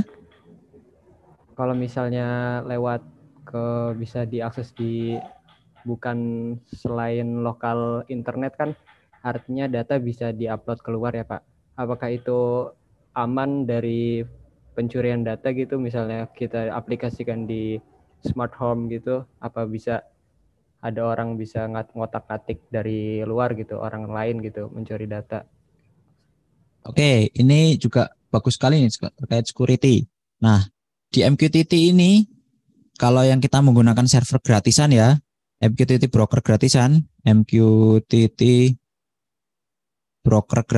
broker ini tidak ada user dan password ya. Salah satu solusi yang bisa kita aplikasikan adalah keunikan dari topik yang kita gunakan, karena topik ini kan bebas, sepanjang apapun bisa kita gunakan. Saya rasa ada batasannya ya, cuman bolehlah panjang sekali bisa. Ya, contoh topiknya yang unik lah, karakter aneh-aneh, itu kan orang pasti agak susah untuk menebak itu, ya. Atau solusi yang lain ada MQTT broker, baik yang kita install sendiri, ya. MQTT broker ini bisa kita isi user dan password. Ini bisa. Kalau yang nggak mau ribet, ada yang berbayar ya, berbayar. Kita tinggal pakai, kita konfigurasi user dan passwordnya, selesai. Tapi kalau kita punya kemampuan untuk men-setting sendiri, bisa kita install Mosquito tadi dan kita setting user dan passwordnya. Itu bisa. Nah, itu terkait dengan security. Jadi memang ini juga sudah dipikirkan, tidak kok dibuka seperti itu langsung bisa di-subscribe banyak orang, nah tentu bahaya ya. Nah, ini mungkin solusi-solusi yang bisa dimanfaatkan atau digunakan. Selain menggunakan user dan password, tentunya keunikan topik itu juga menjadi salah satu fungsi penting juga dari sebuah transmisi data di MQTT. Ya, mungkin itu semoga bisa menjawab. Ada yang lain?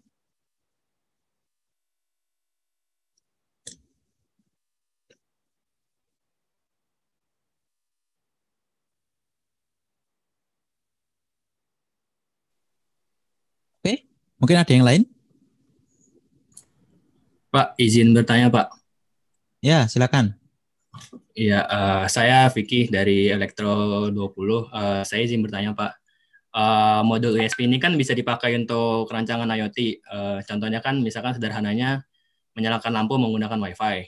Nah, saya sebelumnya pernah tuh mencoba merancang gitu, tapi masih memakai compiler Arduino. Saya masih belum tahu nih yang MicroPython ini. Nah, menurut Bapak, apakah kalau memakai MicroPython gini, apakah lebih efisien daripada Arduino? Nah, itu aja, Pak. Oke, ini sebenarnya pertanyaannya ya jawabannya sangat variatif sekali.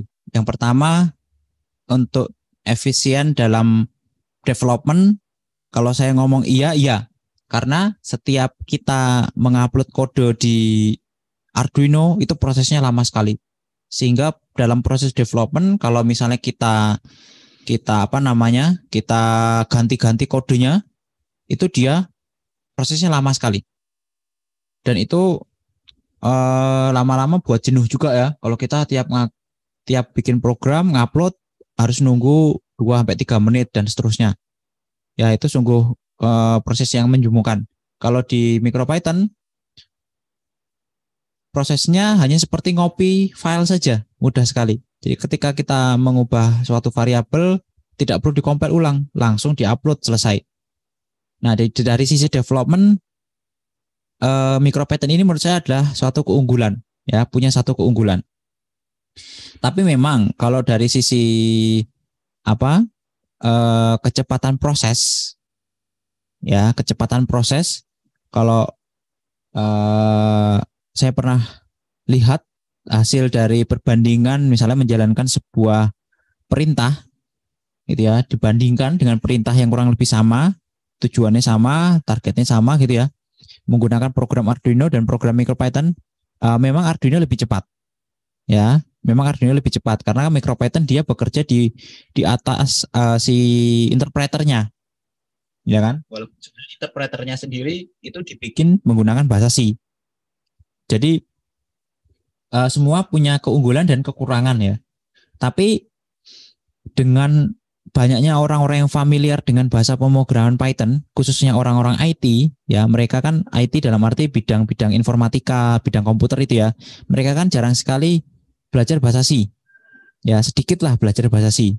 Kebanyakan itu kan belajarnya bahasa PHP, Python, atau Java, dan seterusnya. Nah, dengan begitu mereka akan lebih mudah ketika mendevelop suatu perangkat IoT menggunakan MicroPython dibandingkan Arduino. Nah, jadi jawaban lebih efektif atau efisien atau lebih mudah mana, itu sebenarnya tergantung dari masing-masing personal ya, bisa beda-beda. Ya, kalau saya sebenarnya lebih enak MicroPython. Ya, karena proses development-nya lebih cepat. Nah, kalau yang teman-teman mungkin ingin tantangan, ya tentunya nggak ada salahnya atau nggak rugi juga belajar MicroPython. Ya, karena kalau teman-teman lihat kan prosesnya sebenarnya nggak jauh beda dengan Arduino dan bahkan beberapa hal lebih mudah. Dan salah satu hal yang fitur yang sangat menurut saya sangat keren ya, dia punya shell interaktif. Bahkan shell interaktif ini bisa kita nyalakan atau kita aktifkan melalui jaringan Wi-Fi. Jadi kita bisa terhubung dengan ESP kita. Kemudian kita bisa melihat seperti serial monitor tapi via Wi-Fi, ya. Jadi nggak perlu dihubungkan kabel dan sebagainya. Dan itu sudah secara defaultnya si MicroPython tanpa kita program-program lagi. Ya memang itulah ketika dua hal dibandingkan tentunya banyak ada sisi positifnya dan ada sisi negatifnya. Nah, kembali ke diri masing-masing, kira-kira lebih suka yang mana? Kalau biasanya sering pakai Arduino dan nyaman dengan Arduino, ya nggak ada salahnya pakai Arduino. Atau mungkin kalau ingin nyoba hal baru, ya silakan menggunakan MicroPython. Tapi MicroPython ini kita sama-sama tahu ya, untuk machine learning, deep learning, atau artificial intelligence, program-program artificial intelligence yang banyak sekarang ini, itu semuanya dibuat pada bahasa pemrograman Python. Nah, kita nggak tahu suatu saat besok ya ada library-library yang mendukung itu. Sebenarnya sekarang sudah ada, cuman belum banyak gitu ya. Nah, suatu saat mungkin kalau sudah booming banyak gitu ya, mau nggak mau kita akan dipaksa ke sana. Kalau ingin bikin aplikasi terkait dengan misalnya artificial intelligence misalnya atau deep learning, ya kan?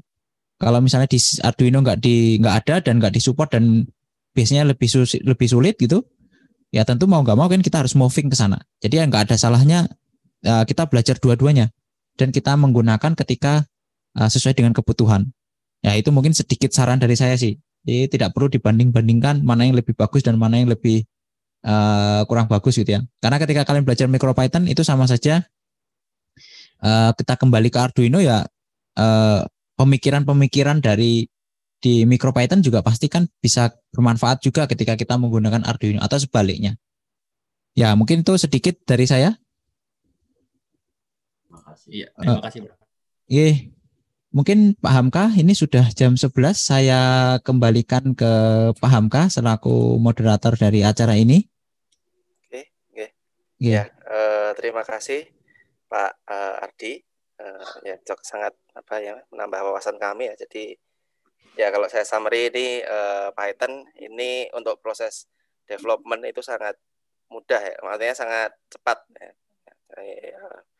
Jadi untuk proses developmentnya tadi ada shell-nya. Jadi kalau teman-teman mahasiswa itu bayangkan kalau pernah pakai MATLAB, nah itu ya kayak mungkin hampir kayak gitu interpreter. Iya. Jadi ada shell-nya. Jadi untuk proses development itu biasanya lebih cepat. Jadi orang-orang kalau riset itu kan pakai MATLAB. Nah itu karena development-nya cepat. Nanti kalau misalkan sudah mulai serius, artinya mau diproduksi atau lebih mempertimbangkan kecepatan, ya mungkin biasanya di-porting ke C. Nah ini mungkin Arduino lebih cepat. Jadi ya ada keunggulan masing-masing. Oke, terima kasih. Mungkin sebelumnya kita coba foto bersama dulu. Nah, ini mohon di kameranya semuanya dinyalakan ya. Jadi kita bisa lihat sebelum kita tutup.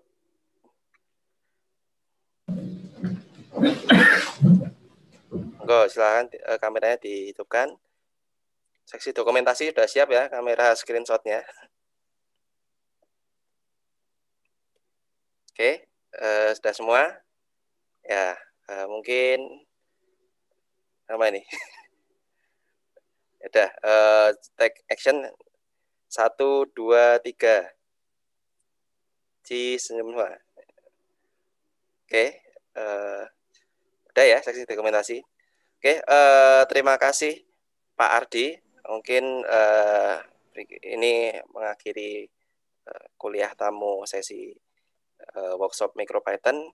Insya Allah minggu depan kita akan bertemu lagi di waktu dan jam yang sama untuk teknologi drone ya Pak Ardi. Oke, siap. Oke. Nanti materinya seperti kemarin nanti mungkin akan di-share Pak Ardi. Terus kemudian ini tadi kemarin sudah direkam juga. Nanti kalau misalkan agak kurang jelas bisa di-style lagi rekamannya. Oke, makasih Pak Ardi. Berarti nanti di-upload di YouTube kenapa Pak? Oke. Oke, ini gimana? Maksudnya boleh diupload di YouTube atau tidak, Pak? Oh, boleh kok. Boleh. Silakan. Oh ya. Okay. Nanti ini sebenarnya sudah di streaming, jadi tinggal di style aja ulang. Nanti saya kasih linknya. Oke. Ya. Oke, makasih Pak Ardi dan juga makasih rekan-rekan mahasiswa. Kita ketemu lagi ya. Tetap sehat, tetap semangat. Assalamualaikum warahmatullahi wabarakatuh. Waalaikumsalam warahmatullahi wabarakatuh. Waalaikumsalam. Terima kasih Pak. Terima kasih Pak. Terima kasih sama-sama kembali. Saya izin live nggih Pak?